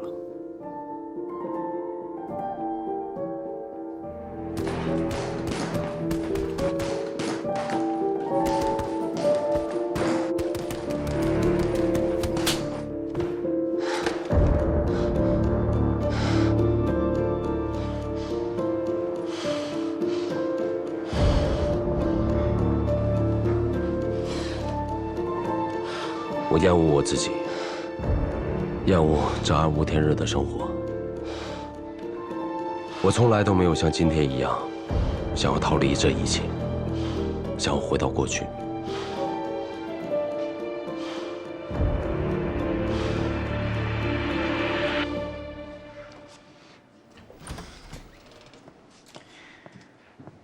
哎，下午了，你也喝杯咖啡提提神吧。这味道你应该挺熟悉的。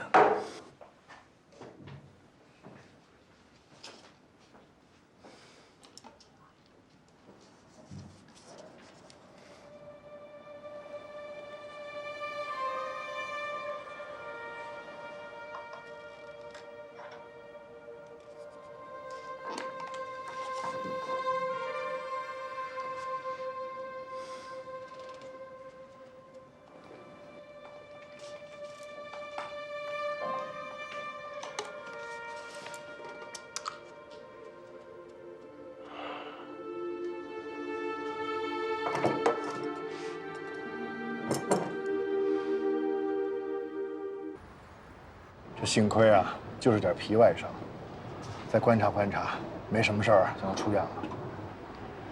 姐，你真把那个小美人的办公室给砸了？嗯，砸得好，砸得大快人心。小欧，你心情我能理解，你咋能一个人去呢？你知道那女的背后有什么背景吗？真要出个三长两短，你让我怎么跟你父母交代呀？啊？姐，店没了可以重新再来，没必要伤害自己，犯不着，真的。昨天晚上我检查过，咖啡机没坏，我从国外带回来那些饰品也都还在，桌椅板凳修修还能用，咱们只需要把店里装一下就行了。正好我也看店里之前的风格，咱们正好变变样子。对，只要人没事儿啊，其他事儿都是小事儿。我相信啊，只要咱们齐心协力，用不了多久，40流年就可以重新开业了。可以现在的基础，重新装修加上添置新物件，至少得花30万。我这2年都白干了。要我说，昨天就应该拿着严谨那卡。从今往后，你们都不要在我面前提这个人的名字。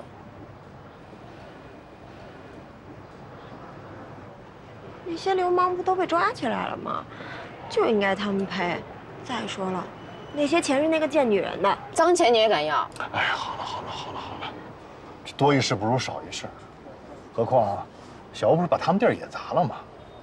这事儿要是走法律程序啊，且耗着呢。况且那几个流氓，他不会轻而易举招出来是小美人派他们来的，顶多关几天就把他放了。咱要真要跟他死磕呀，最后吃亏的还是咱们。老冯说的对，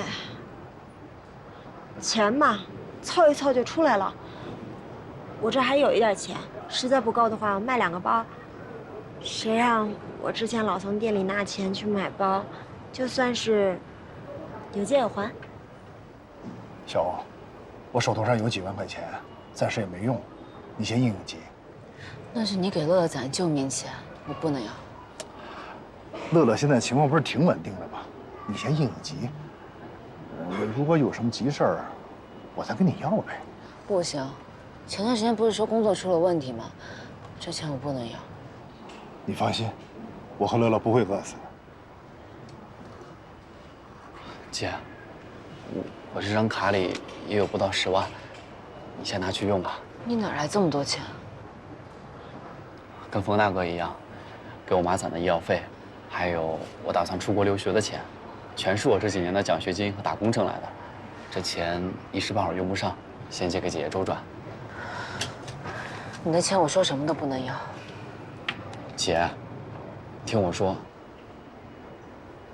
这段时间你帮了我太多太多，季伯伯还一直免费给我妈送药，我真的非常感激你们。现在终于有机会报答你，这钱你一定要收下，咱们是一家人啊。等店里恢复营业，再还给我也不迟啊。或者我拿这些钱入个股，以后我也算是似水流年的小股东了。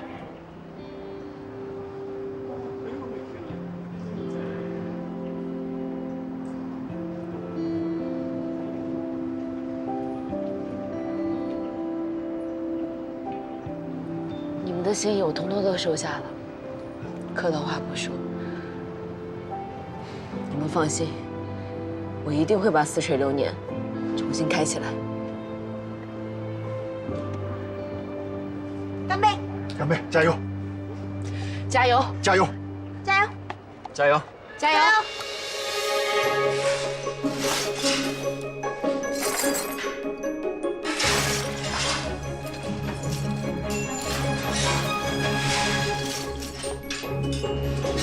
来，先往这儿扫。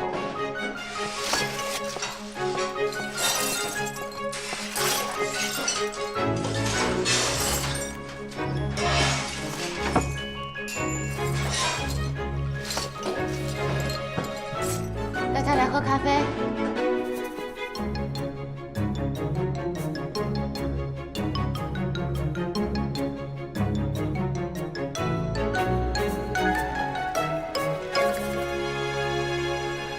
不能再打一些折扣了吗？好，那我再考虑一下，谢谢。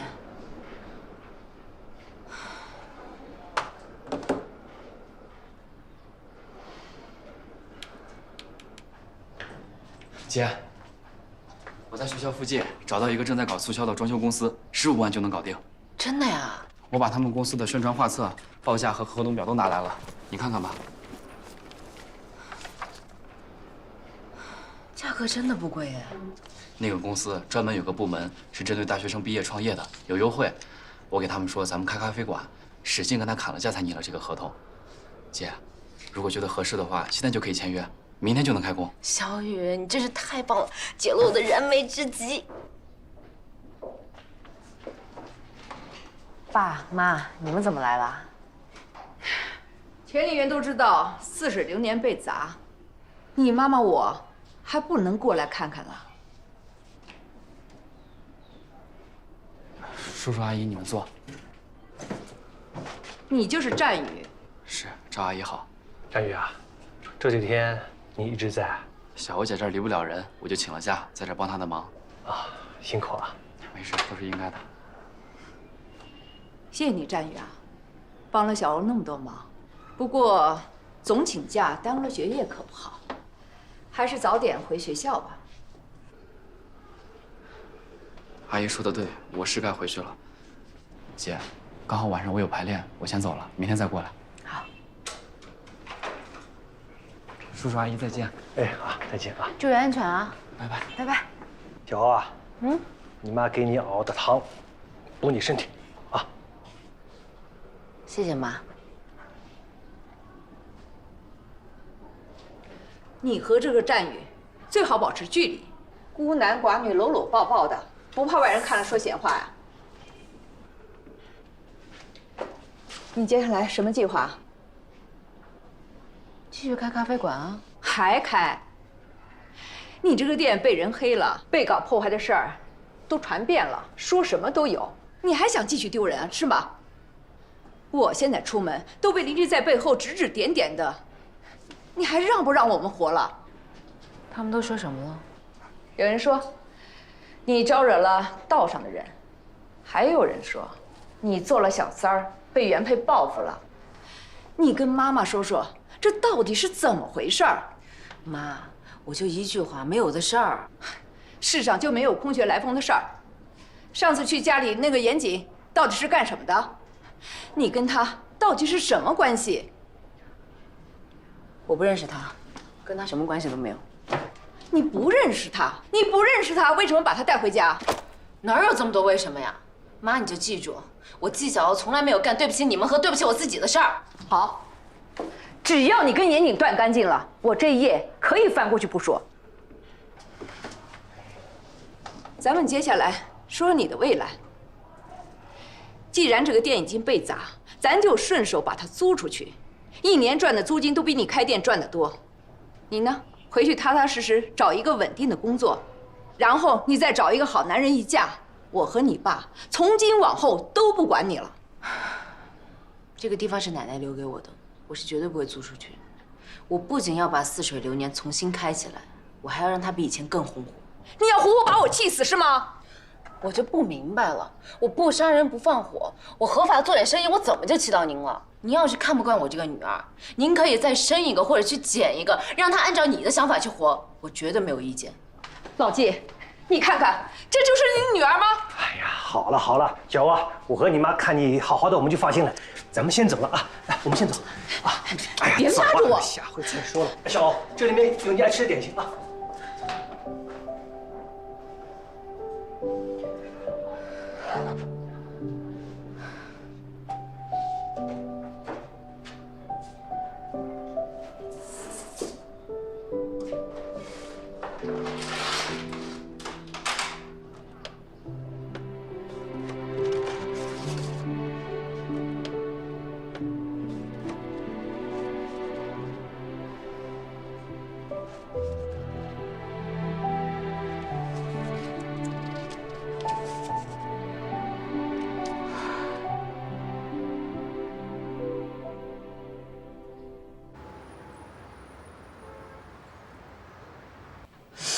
都病成这样了，还有力气哭？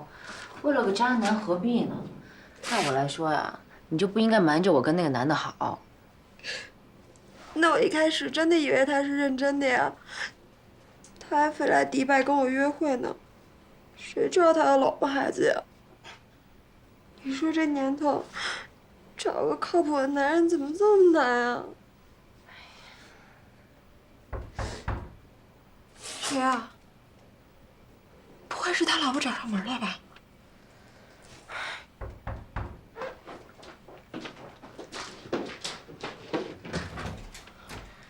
冯大哥，哎，小欧，哎，我让冯大哥给你抱一些汤送过来。冯大哥来了。啊，怎么样？退烧了吧，小凤？好多了，谢谢冯大哥，大老远跑一趟。小欧说你病了，我就买了一只鸡，煲了一汤。哎，你俩多喝点。哎，冯大哥，你吃饭了吗？我吃了，我跟乐乐在家已经吃过了，你们吃。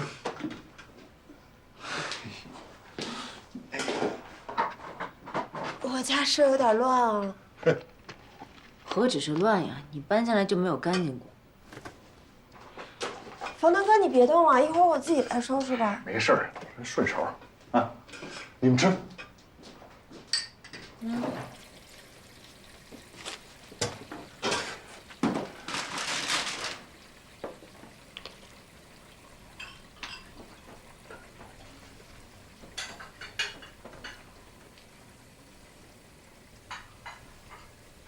我怎么又哭了呀？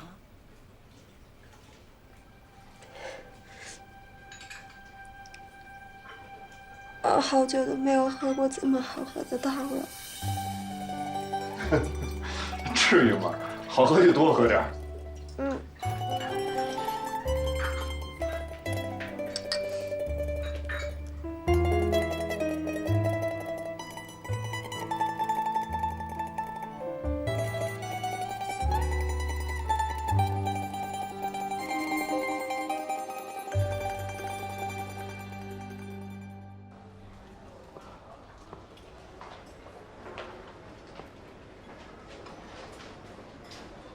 战宇最近对你越来越关心了啊！他是关心所有人。我这还装呢。战宇也是男人，平白无故的，干嘛为你付出那么多？是因为之前我也帮了他很多。再说，战宇是个知恩图报的好孩子。哎，你赶紧帮我找下清单上的东西，咱们结了账赶紧回去帮忙。忘掉一个人最快的方法呢，就是迅速的开展一段新感情。哎，您好，请问一下这个牌子电源开关在哪里？我看一下，请往那边走。谢谢。我觉得战宇这小伙子挺好的，就长得又帅又有才华，虽然家里条件不是很好，但你不是也不介意吗？我觉得你真的可以考虑一下。你脑子里除了男欢女爱，是不是就没点别的事儿了？战宇他就是我弟。你们俩一点血缘关系都没有，算什么姐弟啊？他喜欢你，你真不知道啊？难道你还放不下严谨？你能不能别再提这个人的名字？你要是真放下了，还怕我提他呀？我已经够烦了，你就别再叨叨我了。你倒先找一个呀！我找到了，上次星盘说的那个男人已经出现了。哼，早看出来了。看出什么了？前几天让冯大哥给你送饭，是不是送出感情了？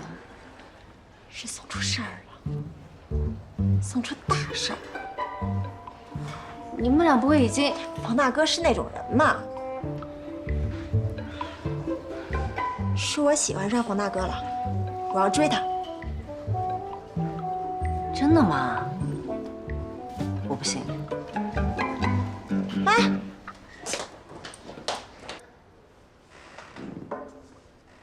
其实我对冯大哥一直挺有好感的。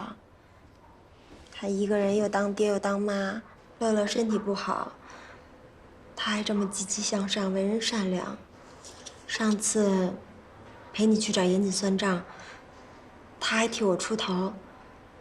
当时我就觉得他特爷们儿。这几天他一直在照顾我，还帮我收拾屋子。不知道为什么，我觉得好像有了他忙忙叨叨的身影，我那个冷冷清清的房子才像个家。你不是随便说说吧？当然不是，我这次是认真的。我已经不是小姑娘了，该要什么我自己知道。可是冯大哥跟你之前那些男朋友情况都不太一样，经济条件一般，你要是跟他在一起，未来会有很多困难，你能承受得起吗？我早就想好了，我看上的是冯大哥这个人。只要我决定跟他在一起，我就能接受他所有的一切。而且冯大哥之前跟我聊过，他说他想开一家卤味店，但是他现在没有多少本金。我有啊，只要我改掉花钱大手大脚的习惯，把这些钱省下来，不出2年，应该就能帮他把店开起来。只要店开起来了，凭冯大哥的手艺，生意肯定红火。到时候乐乐医药费也不用愁了。你能看上老冯呀？表明你这个脑袋瓜子还算清醒。那你说他能看上我吗？他会不会因为我以前那些事儿讨厌我呀？他要真讨厌你，何必答应我来照顾你啊？也是。那我接下来该怎么追啊？你跟他那么好，赶紧给我支支招。我觉得只要拿出真心就行了。但是你看看冯大哥平时那么简朴，就你这辣妹的穿衣风格，加上这大浓妆得变变。哦，最关键的是要对乐乐好。行。那以后我这些化妆品啊、包啊、衣服啊都归你了，我换你那些衣服穿。这么决绝？我得学会省钱持家。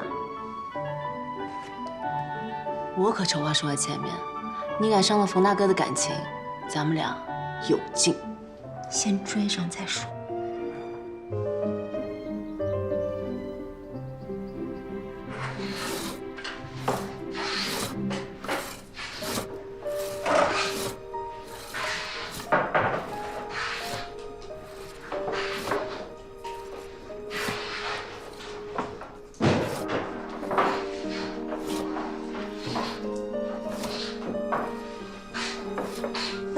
哎，喝口水吧。哦，谢谢。哎，小芳，你今天挺不一样的。开饭啦！吃饭了，吃饭了。辛苦了，辛苦了，各位。陈大哥，辛苦了。好，吃饭。来，小雨。小雨，走。累吗？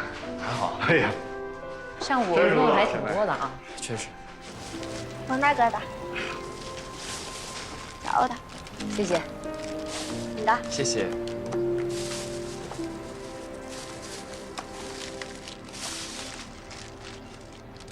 哎，我这份怎么比你们那个多一份肉啊？你这2天干的活最多，太辛苦了，我特意多给你点了一份肉。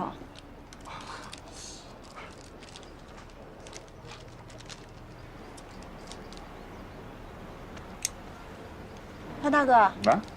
脖子疼啊？没事。我给你按按吧。不用，你吃你的。没事儿。不是小芳。是这儿疼吗？小芳，好了，你吃你的，没事儿。小芳，好了。说了这么多，我想问问，现在你们到底查到什么了？目前还没有。那么长时间了，你们到底在干什么？案件比较复杂，我们也会尽全力破案的。所以你现在说的每一个字，对案件都很重要。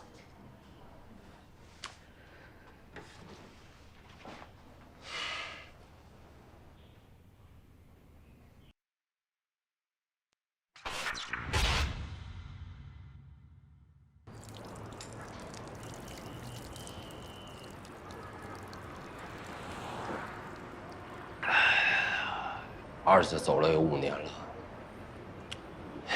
当年我就救不了自己的兄弟，现如今连自己心爱的女人也保护不了。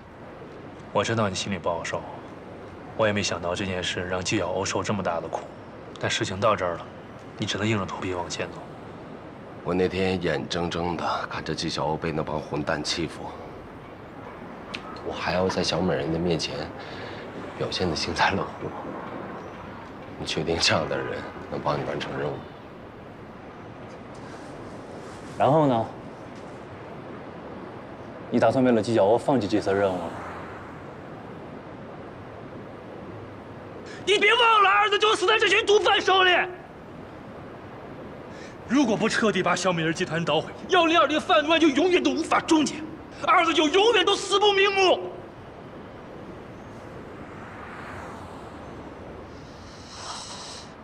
行，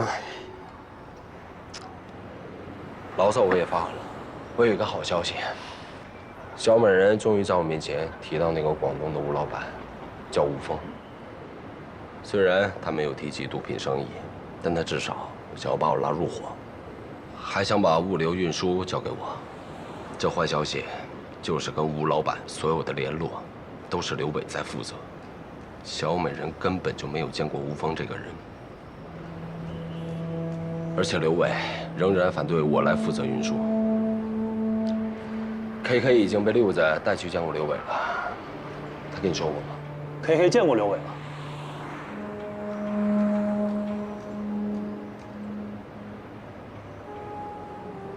严姐，现在只能通过你利用小美人去打通刘伟这一关，全面盯紧这个吴峰，尽快摸清他们的交易细节，争取来个一次性清网。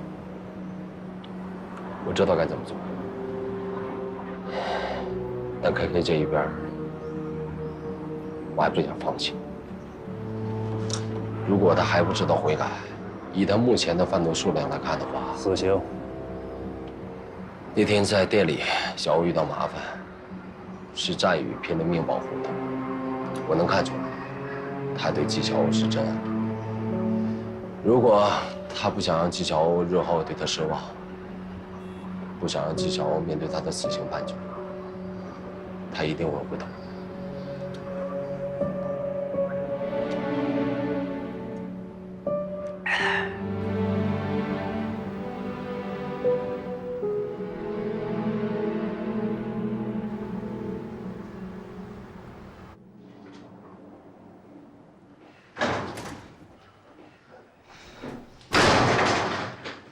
你不会敲门啊？如果你再敢伤害纪晓，我就杀了你！我说到做到。那得看你能不能活到那一天。威胁我，信不信我现在杀了你？信啊！我怎么不信？你毒都敢卖，人有什么不敢杀的？什么毒？你说什么？真不知道？那行，我帮你回忆回忆。你叫战宇，音乐学院小提琴专业的高材生没有错，但你还有个绰号，叫 KK， 酒吧界一代有名的毒贩。你的上线是六子。那天在会所，你就是去找刘伟的。你从一开始被生活所迫，到对金钱成瘾，再到现在，你成了小美人贩毒集团的成员。你贩的毒，加起来足够你吃好几颗枪子儿。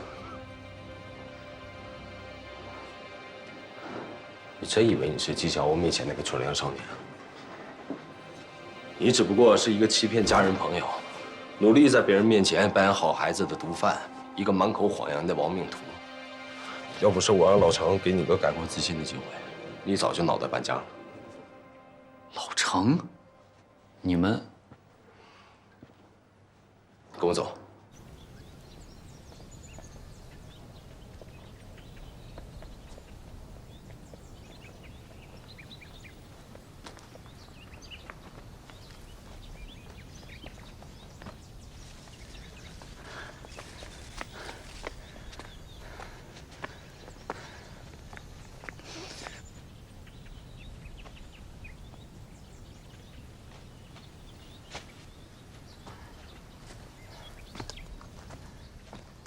等一下，这儿没人，有什么话就在这儿说吧。男子汉大丈夫，这么点山路你都走不了。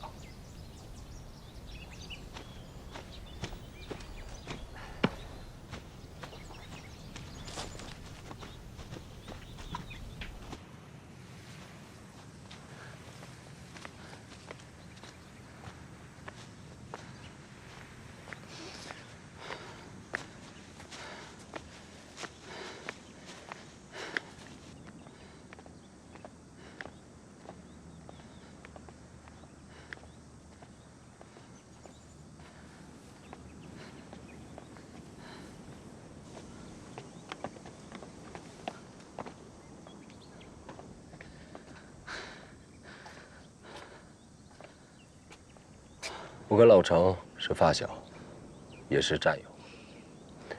我们共同经历了5年前1020特大贩毒案。现在这个案子卷土重来，为了彻底肃清1020大案，我决定跟老程联手，以卧底的身份接近小美人。但我一直被刘伟排除在外，因为他始终怀疑我的缉毒警背景，以及我跟老程的关系。难怪情人节那天六子派我去找你。就是从那天起，故事急转直上。我为了拿回打火机，意外地发现你在酒吧街贩毒，我便怀疑你是刘伟的人，才开始在46年盯着你。所以是你让老程发展我的。一方面，我很难取得刘伟对我的信任，需要一个人配合我；二来，就算为了纪晓鸥，我想给你一次自我挽救的机会，所以我跟老程策划了那一次的抓捕行动。你可能到现在你都不知道，从你身上搜到的那包白粉，其实是洗衣粉。我本以为你会好好珍惜这一次的机会，与警方合作，但我真没想到，你一直在敷衍老程。那你呢？你为了你的英雄主义就把纪晓鸥卷进来，一而再再而三地骗他、伤害他，你不觉得这对他一点都不公平吗？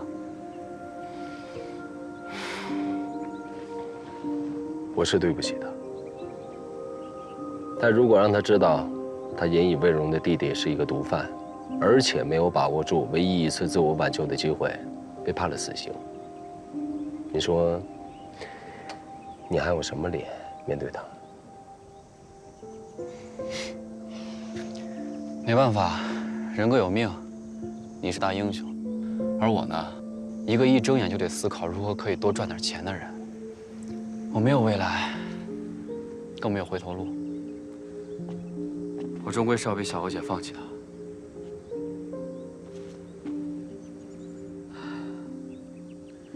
那是因为你自己把你自己给放弃了。眼下是案件突破的关键时刻，只要你肯全力的配合我，从刘伟那里获得重要的情报，你就有活下来的希望。将功补过，永远为时不晚。你只要活着，你才能站在这儿看风景，才能去爱你想爱的人。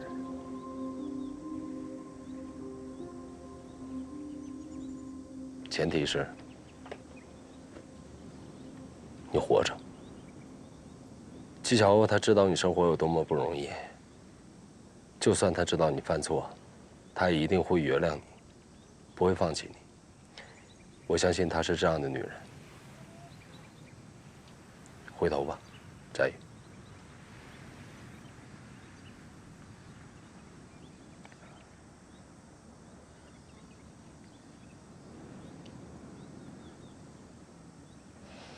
好，我答应你。接下来我应该怎么做？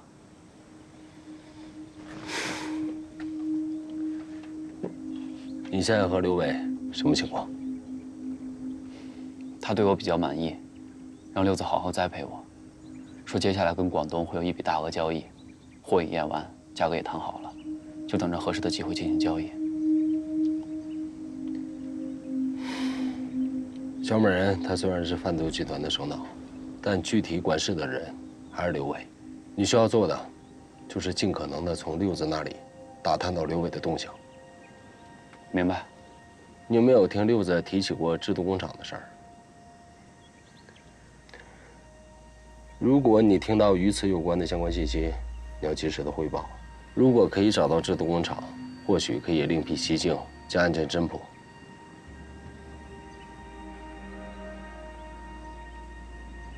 好了，接下来我们要减少见面。如果你得到什么消息，第一时间汇报给老程。安全的情况下，我们可以电话联络。记住了，刘伟是个狠角色，凡事一定要小心。知道，我不笨。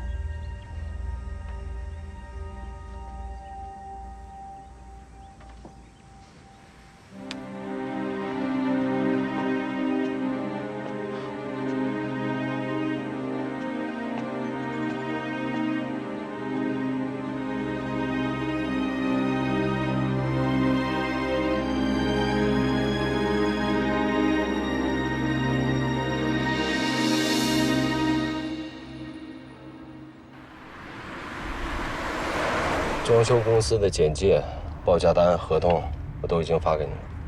一签合同，第2天就可以动工。记住了，你就说是你自己找的。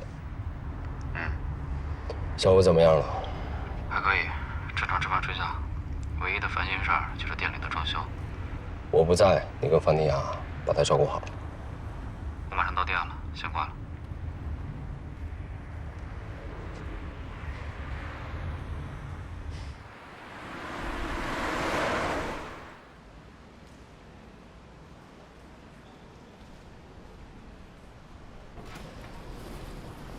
严总好。哎，严姐，老房啊，严姐，有空吗？找你说点事儿。来，哦，早戒了。接了好啊。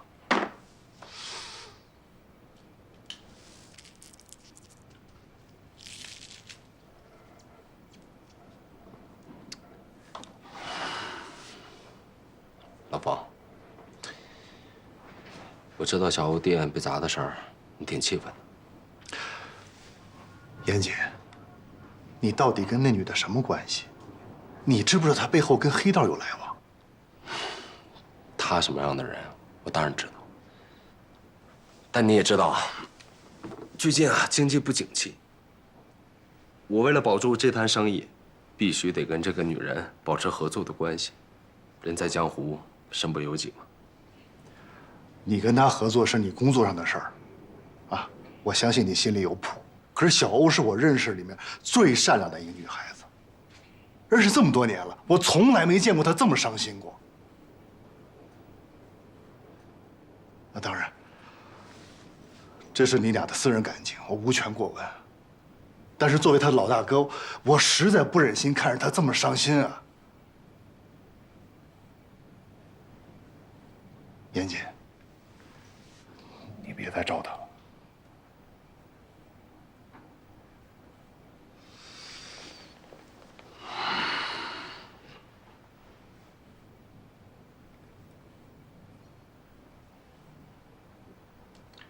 老方，你今儿过来，是不是还有别的事儿啊？啊，这还有一个事儿，我想请你帮个忙。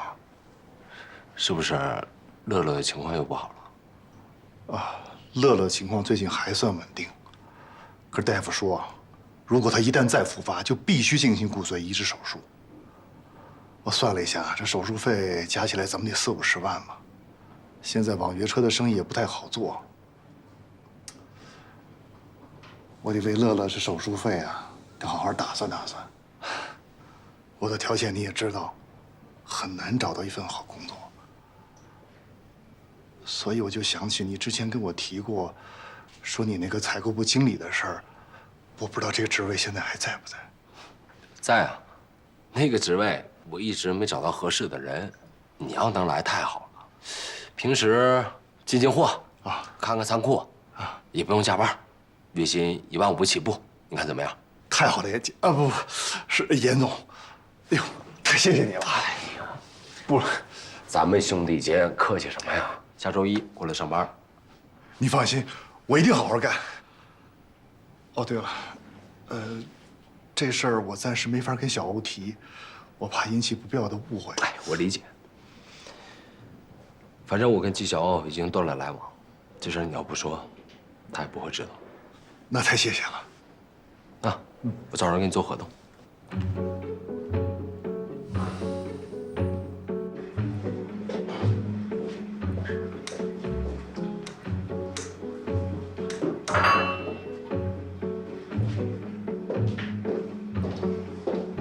哇，可以啊，严总，没2天功夫，这办公室就焕然一新啦！啊，哎，你看看，还是人家严总有品位，你瞧瞧。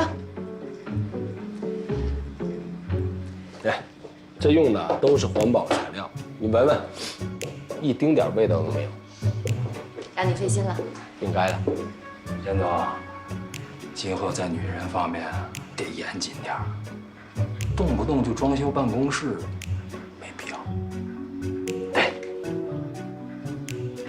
行了，别说这个了。晚上来了2个朋友，你安排一下呗。好嘞，没问题。这沙发看着不错，你喜欢就好，试试。吴峰说什么时候到梨园啊？下周2。也是够磨叽的，都等了他半个月了。这吴峰太迷信了，出门都得算日子。就这日子，还是找了3个大师算了才定好的。说点正经的吧，你打算跟严谨耗到什么时候啊？再这样下去，我跟他就只能谈感情，谈不了什么生意了。你觉得严谨对你的感情是真的吗？上次咱们为了试探他，砸了纪晓欧的店，他的反应正常吗？正不正常我不知道，但是能看得出来他是铁了心了。感情的事儿我不管，但生意上的事儿，我不想让严谨插手。他到底怎么你了？你这么跟他过不去？我觉得他来者不善。我一想到他是前缉毒警，我心里就不踏实。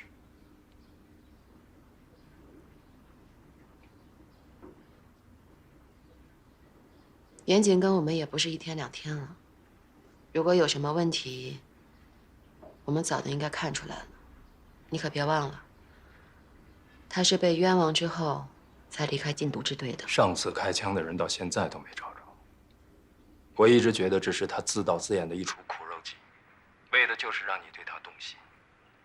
他这么做，目的无非两种：要么是警察想把我们一网打尽，要么是想借我们的势力分一杯羹。严谨肯定知道我们在跟老吴谈的是什么生意。你这个人啊，什么都好，哎，就是疑心太重。我真弄不明白，梨园那么多有势力的人，你为什么非要选严谨合作？万一有问题，咱俩是要掉脑袋的。疑人不用，用人不疑了。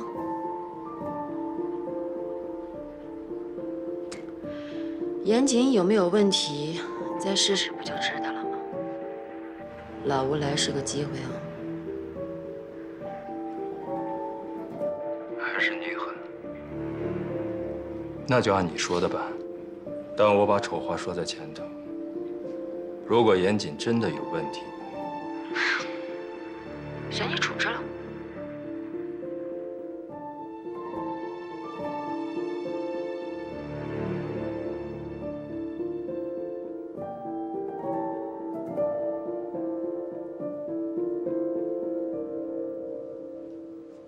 听你自己这么说，你其实对战宇挺不错的呀。我没想为自己开脱，我只是陈述事实而已。那这么听下来，你应该是战宇的大救星啊，他应该特感谢你吧？我那么信任他，他居然差点害死我。看你们合作的不是很愉快啊。我真后悔给了他这个机会，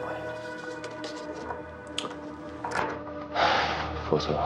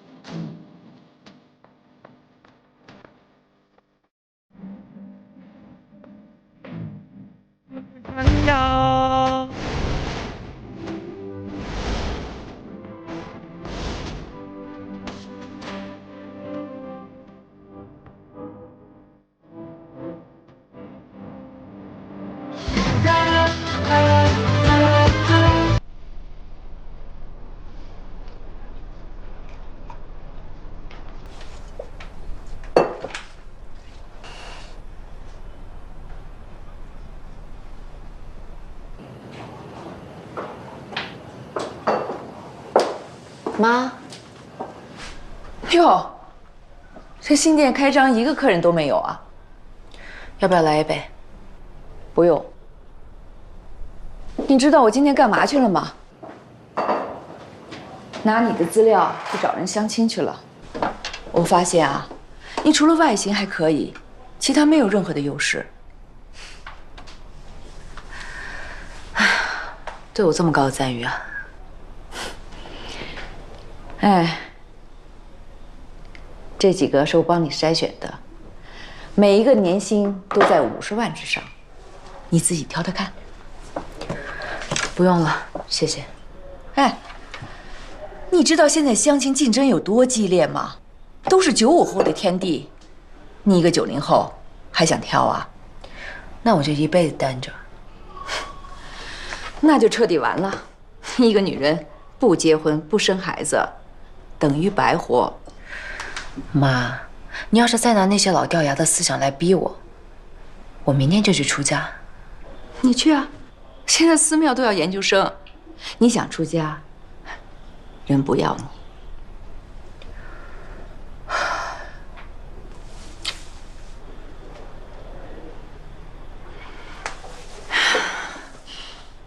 小欧，你别嫌麻烦啊，妈是为你着想。你年纪又不小了，还这么孤苦伶仃的，连喝酒都没人陪。妈看着心疼。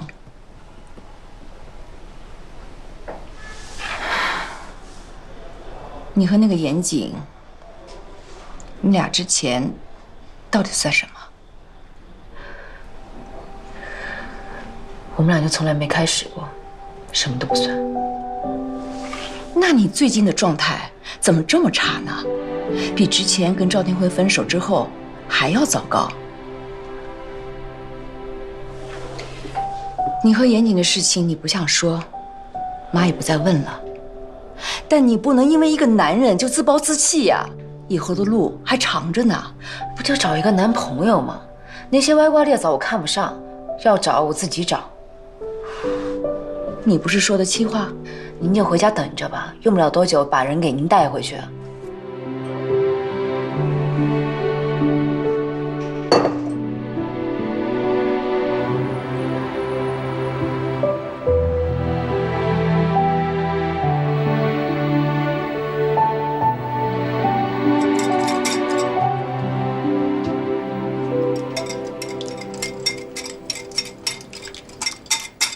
怎么样？不像没人要的水平吧？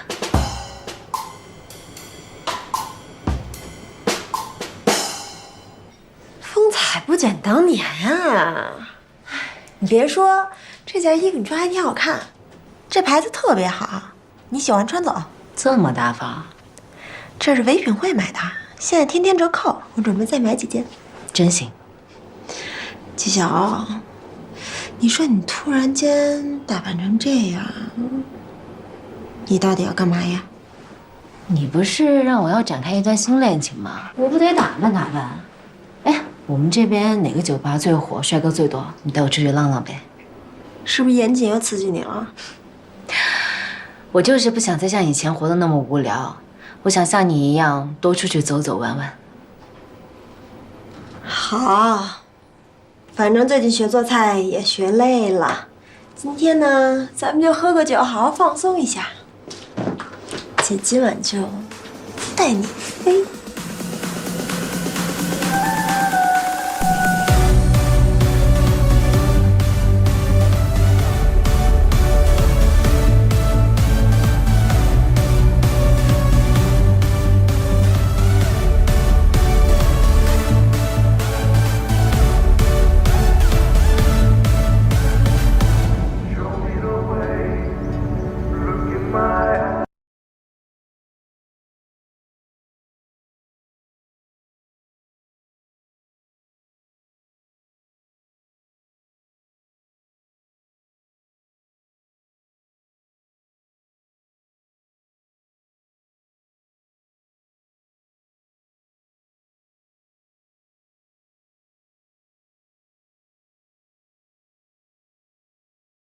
黄妮雅，你就是个鸽子精啊！说了来喝酒，你也不来。你可真能折腾，都玩好几天了。我今天真有事不陪你了。随便，反正我喊了月月他们。哎，你呀，就是个重色轻友的人。你好，美女。美女。你们干嘛？一个人喽。美女，一个人喝酒多没意思。我们两个陪你啊！是喽。自作多情。哎，别走啊！哎，其实我挺喜欢你，咱们去那边玩玩啊！啊，就玩一会儿。哎，走了走了，就是喝一杯嘛。放开！走了啊！放开！谁啊你？给我滚！你紧着个屁了！喂，你走。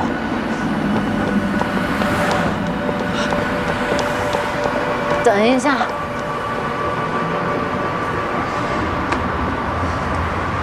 小雨，怎么是你啊？姐，你喝多了，别再喝了，走，我带你回去。哎呀，我好不容易出来放松一下，你能不能别像我妈似的管着我？我要去对面的酒吧。别去了，姐。你别拦我，我就想喝点酒。回回似水流年，我陪你喝个够。似水流年多没劲呀！我天天待在那，我都要待吐了。我就想玩一下，正好你来了，帮姐抄个近乎。走。纪晓，你还是纪晓吗？我是不是有这么重要吗？就为了一个严姐，你至于这么作践自己吗？你这么做不会惩罚任何人，只会让坏人更开心。你别把我看得那么重要，我作不作践自己，坏人他根本就不知道，人家快活着呢。没必要这么折磨自己，他永远都不会再回来了。你以为你泡夜店、泡男人，能让自己好受吗？不会，因为你根本就不是这种女人。你这么做只会让自己更痛苦，更厌恶自己。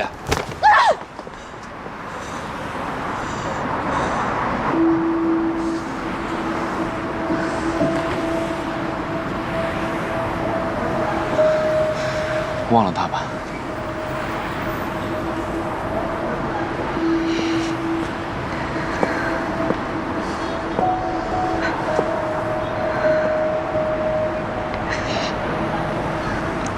忘不了，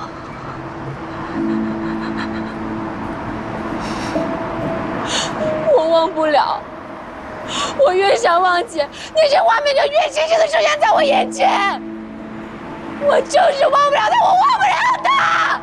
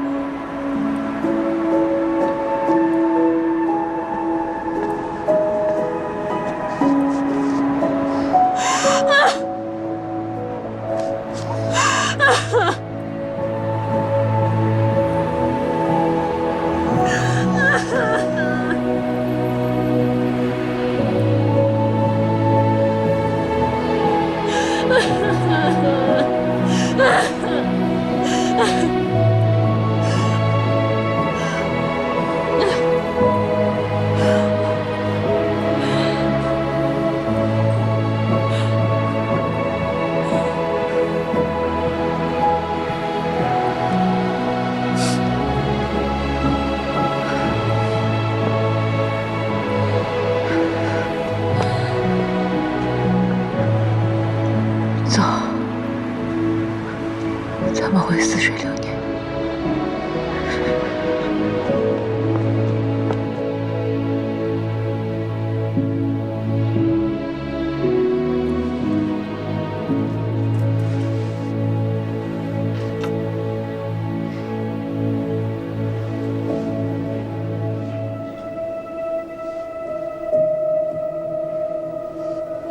我这一生只可能骗你一件事，就是有一天我不再爱你了。妍姐，你跟我说实话，你在利川跟我说的话是不是真的？你是男人就说实话。是真的，我对你说的每一个字都是真的。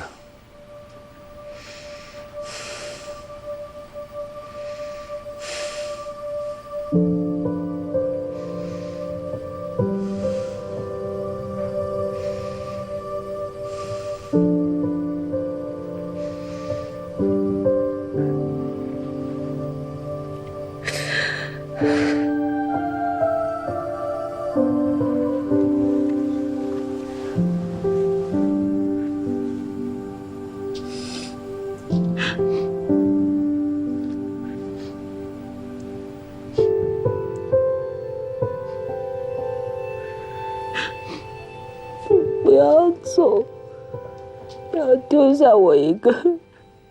对不起，小红。对不起，对不起。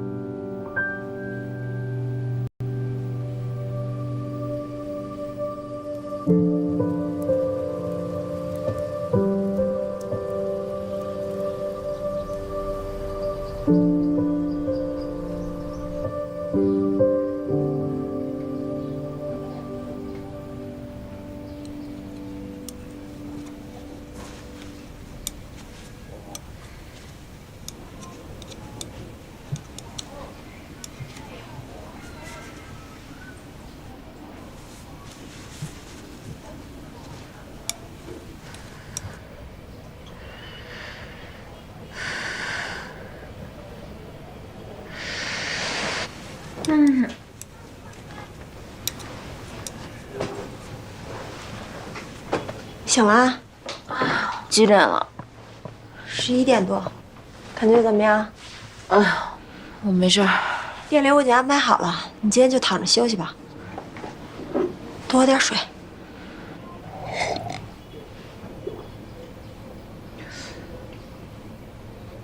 我昨天晚上怎么回来的呀？战宇送你回来的。就战宇一个人吧？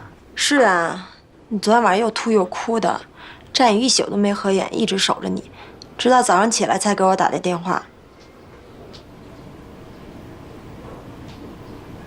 想什么呢？啊，没想什么，我就头有点痛。你刚刚说什么呢？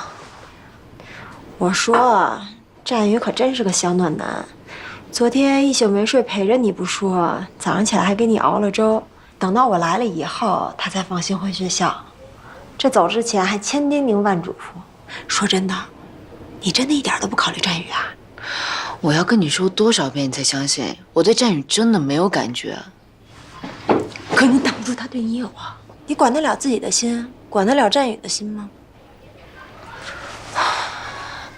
自从你跟我说的那件事之后，我也觉得战宇对我的好有点过。你觉得我应不应该找个机会把这话跟他说清楚？人家战宇也没跟你正式表白，你这样两个人都尴尬。我很清楚自己的感觉，战宇这辈子只能当我弟。说来说去，你就是放不下严谨呗。忙你的去，再睡会儿。死丫头！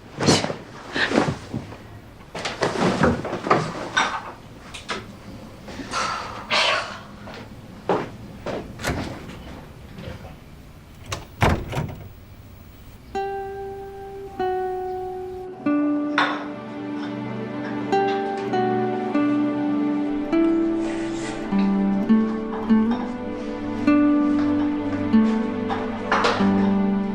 姐，我也不舒服了吧？我来擦，你歇着。哎，我没事儿。小雨，你这2天照顾我都没怎么休息好，今天早点下班吧。我不累，今天张鹏不在，这么多活儿你一个人干不完。小雨，这段时间也让你操心了，以后不会了。哪儿的话？前段时间你一直操心我和我妈。姐，你对我们这么好，我想就像现在这样，照顾你一辈子。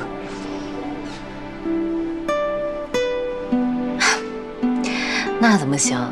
你还这么年轻，要努力去实现自己的梦想，还要找一个属于自己的好姑娘，拥有一个幸福美满的家庭。你要过得好，姐才可以安心。姐不结婚，我也不结婚。你个小屁孩跟姐比什么？我是让你多为自己考虑，听话，早点回家，你妈妈还等着你呢。可你身体还没好，真的不需要我陪你。哎呀，我真的没事儿。那天我是抽风，喝多了说胡话，你别放心里，早点回去吧。那好吧，我先走了。姐。记得晚上要是失眠或者是身体不舒服，就给我打电话。回去注意安全。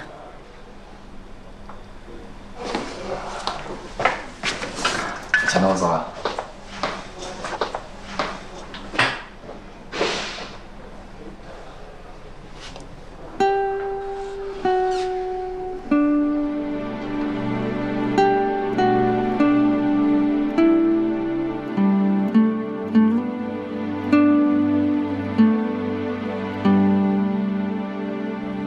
你凭什么认为战宇是被情杀的？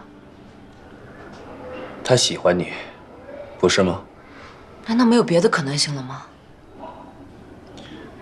战宇被杀害以后，又被凶手分尸了，手段极其凶残。就算不是情杀，也得是个仇杀。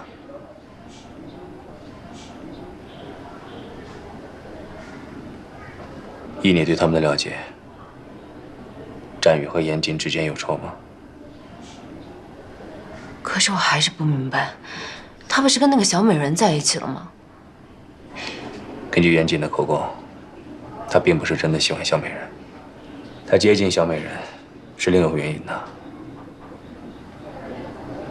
在他心里，他唯一喜欢的只有你。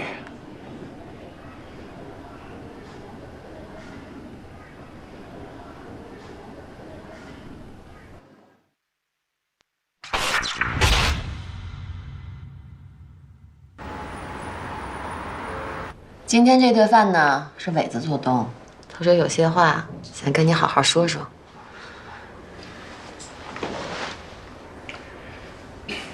严总，咱们认识这么长时间了，还从来没像现在这么安安静静的喝场酒。这杯酒我敬你。刘总，这杯酒敬的，我有点不太明白啊。这是第一杯酒，为我之前对你那些冒犯的话向你道歉。刘伟，我就是个糙人，有什么说什么。严总别往心里去，之前的不愉快一笔勾销。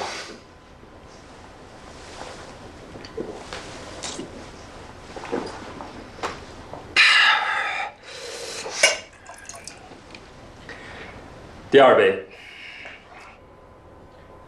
我爹妈走得早，身边再没亲人，梅姐就是我最亲近的人，对我来说也是最重要的人。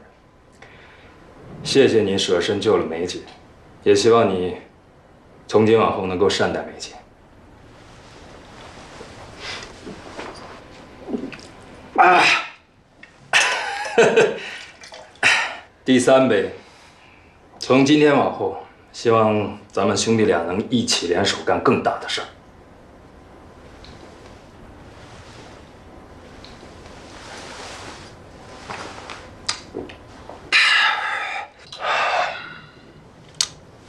头一回听刘总说这么多话，有点不太适应。我呀，也没什么好说的，都在酒里。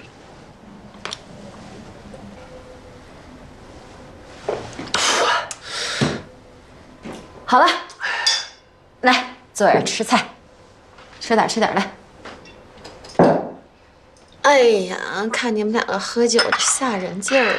哎，对了，明天有什么安排吗？没事儿。没事儿，陪我去逛逛商场呗。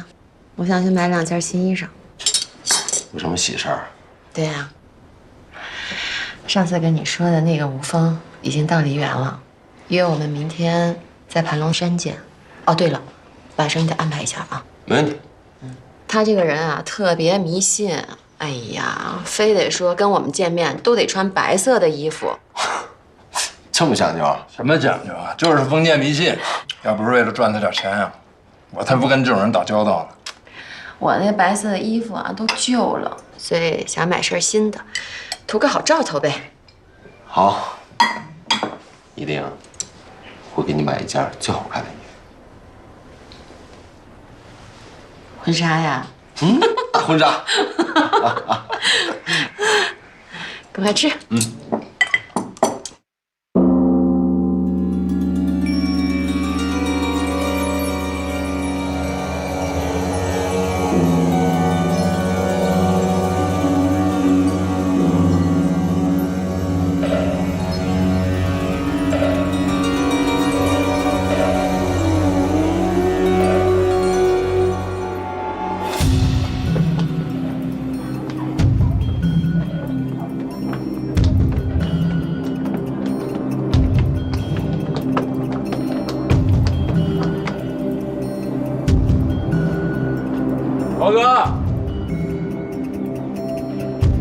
好久不见，来，给你介绍一下，梅姐，严总。梅姐好，严总好。你好，曹哥。老吴呢？还摆呢？摆着呢。刘总，梅姐，里面请。严总，请留步。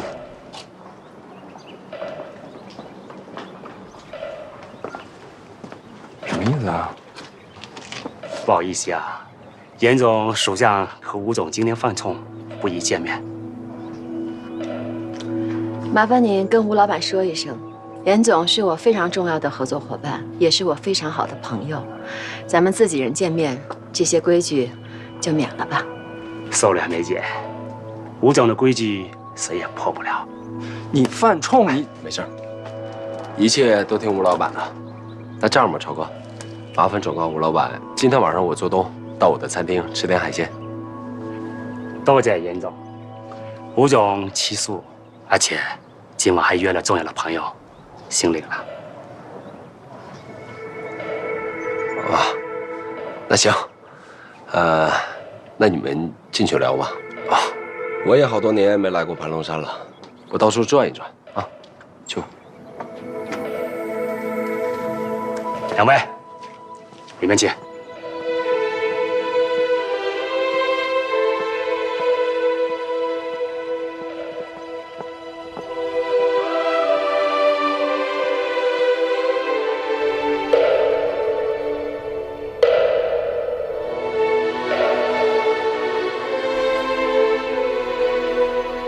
吴峰有意避而不见，让我有些手足无措。如果见不到吴峰，我就永远无法真正切入贩毒集团内部，而战宇那边的压力也会随之增加。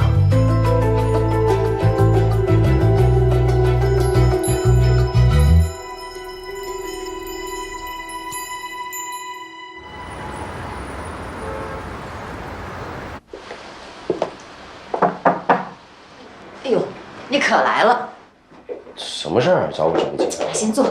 是不是吴峰又出什么幺蛾子了啊？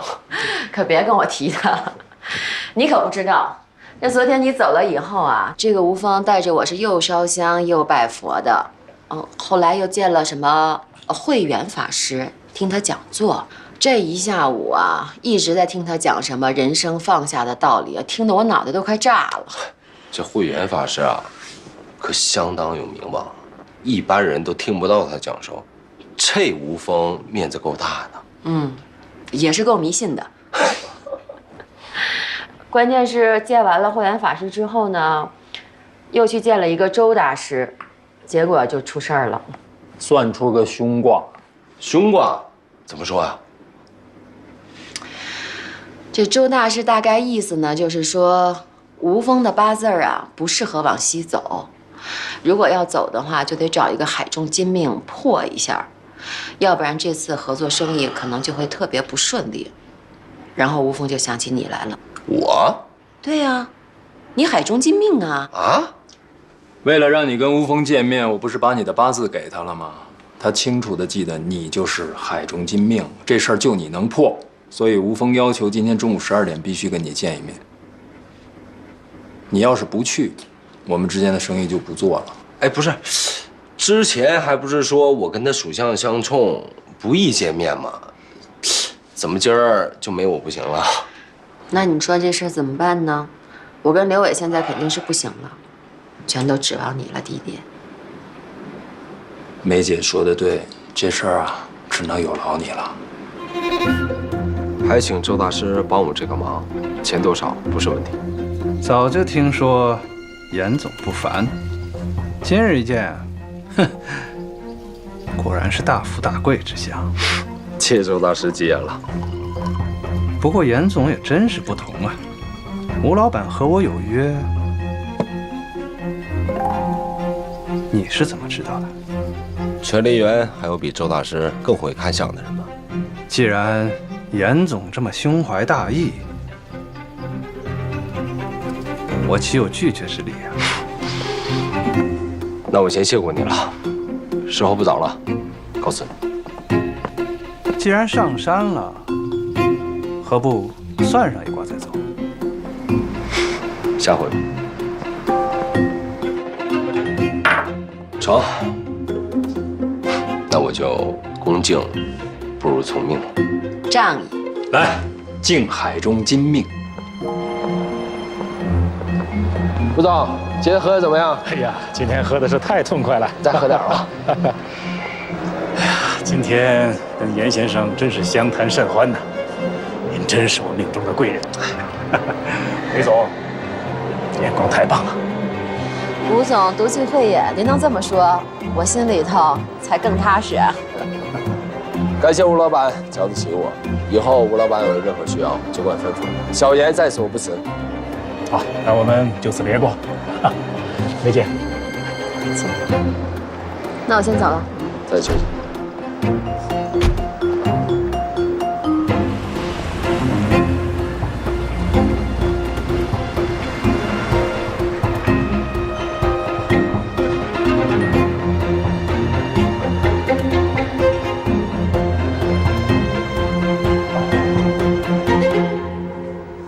纪晓欧，你还是纪晓欧吗？就为了一个严姐，你至于这么作践自己吗？我作不作践自己坏人，他根本就不知道。他永远都不会再回来了，没必要这么折磨自己。我忘不了，我越想忘记，那些画面就越清晰的出现在我眼前。我就是忘不了他，我忘不了他。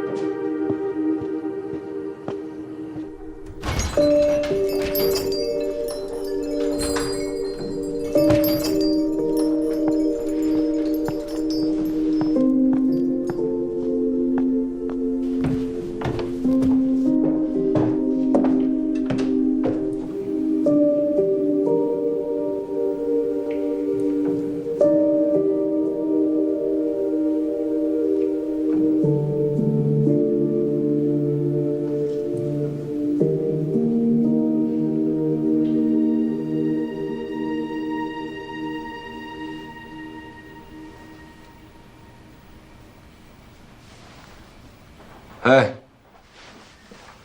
干什么呢？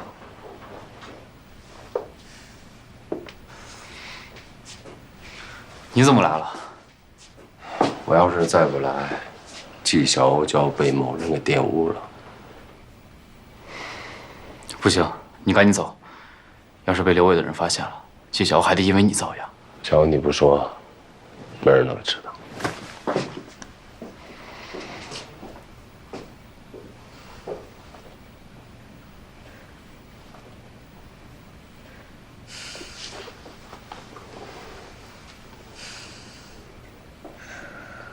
严姐，你跟我说实话，你在利川跟我说的话是不是真的？你是男人就说实话。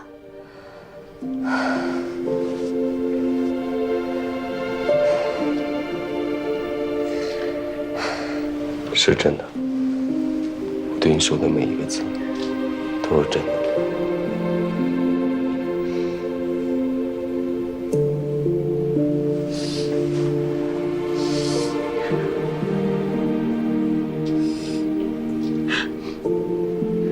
不要丢下我，不要走，不要丢下我一个人。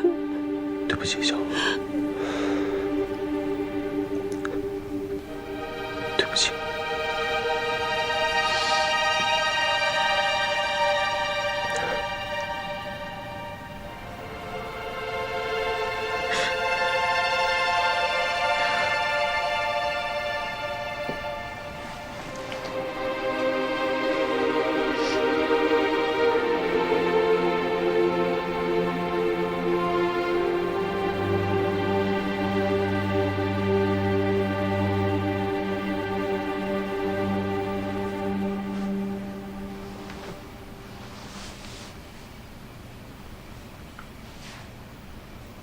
你该走了。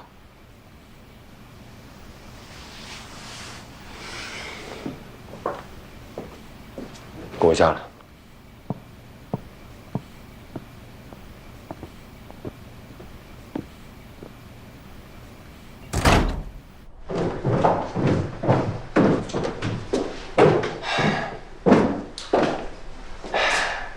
你到底清不清楚自己的身份啊？纪晓鸥她只是你姐，是你让我照顾纪晓鸥的。我让你打着照顾她的旗号追她，占她便宜了吗？你别以为你最近干了什么事儿我不知道啊。她又不是你的人，我想干什么你管不着。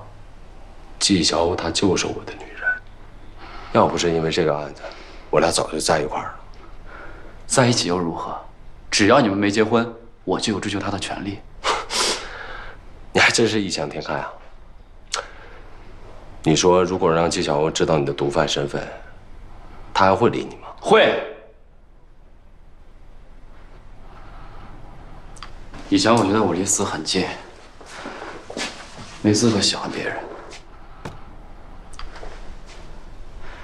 但现在不一样了，我也是警方的人，只要我能立功赎罪，我的人生就还有希望。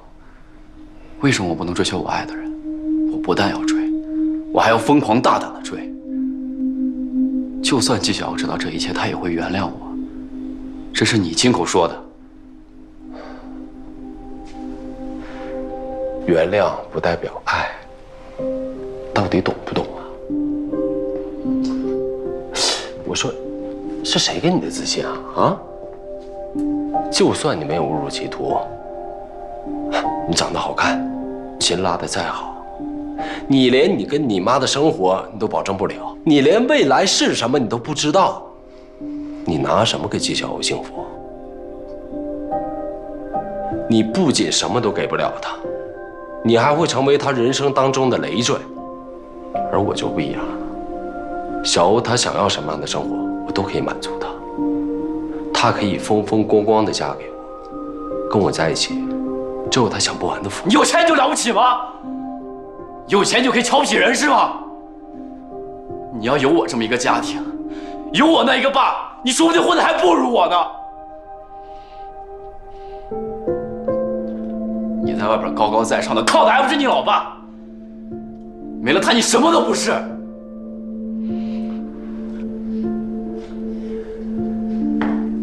你以为所有出身好的人都可以不劳而获吗？不努力，不奋斗，钱会自动进入你的口袋里吗？做梦呢吧你！有多少跟你一样出身贫苦的穷孩子，通过自己的努力翻了身，而你呢，选择了犯罪，自甘堕落，用自己的人生换来钞票。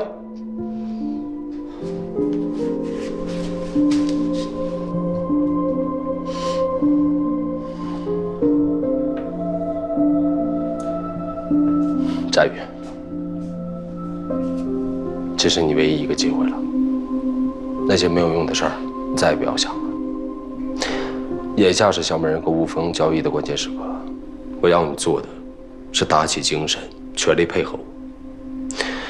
如果这一次的行动因为你而失败，我绝对不会原谅你。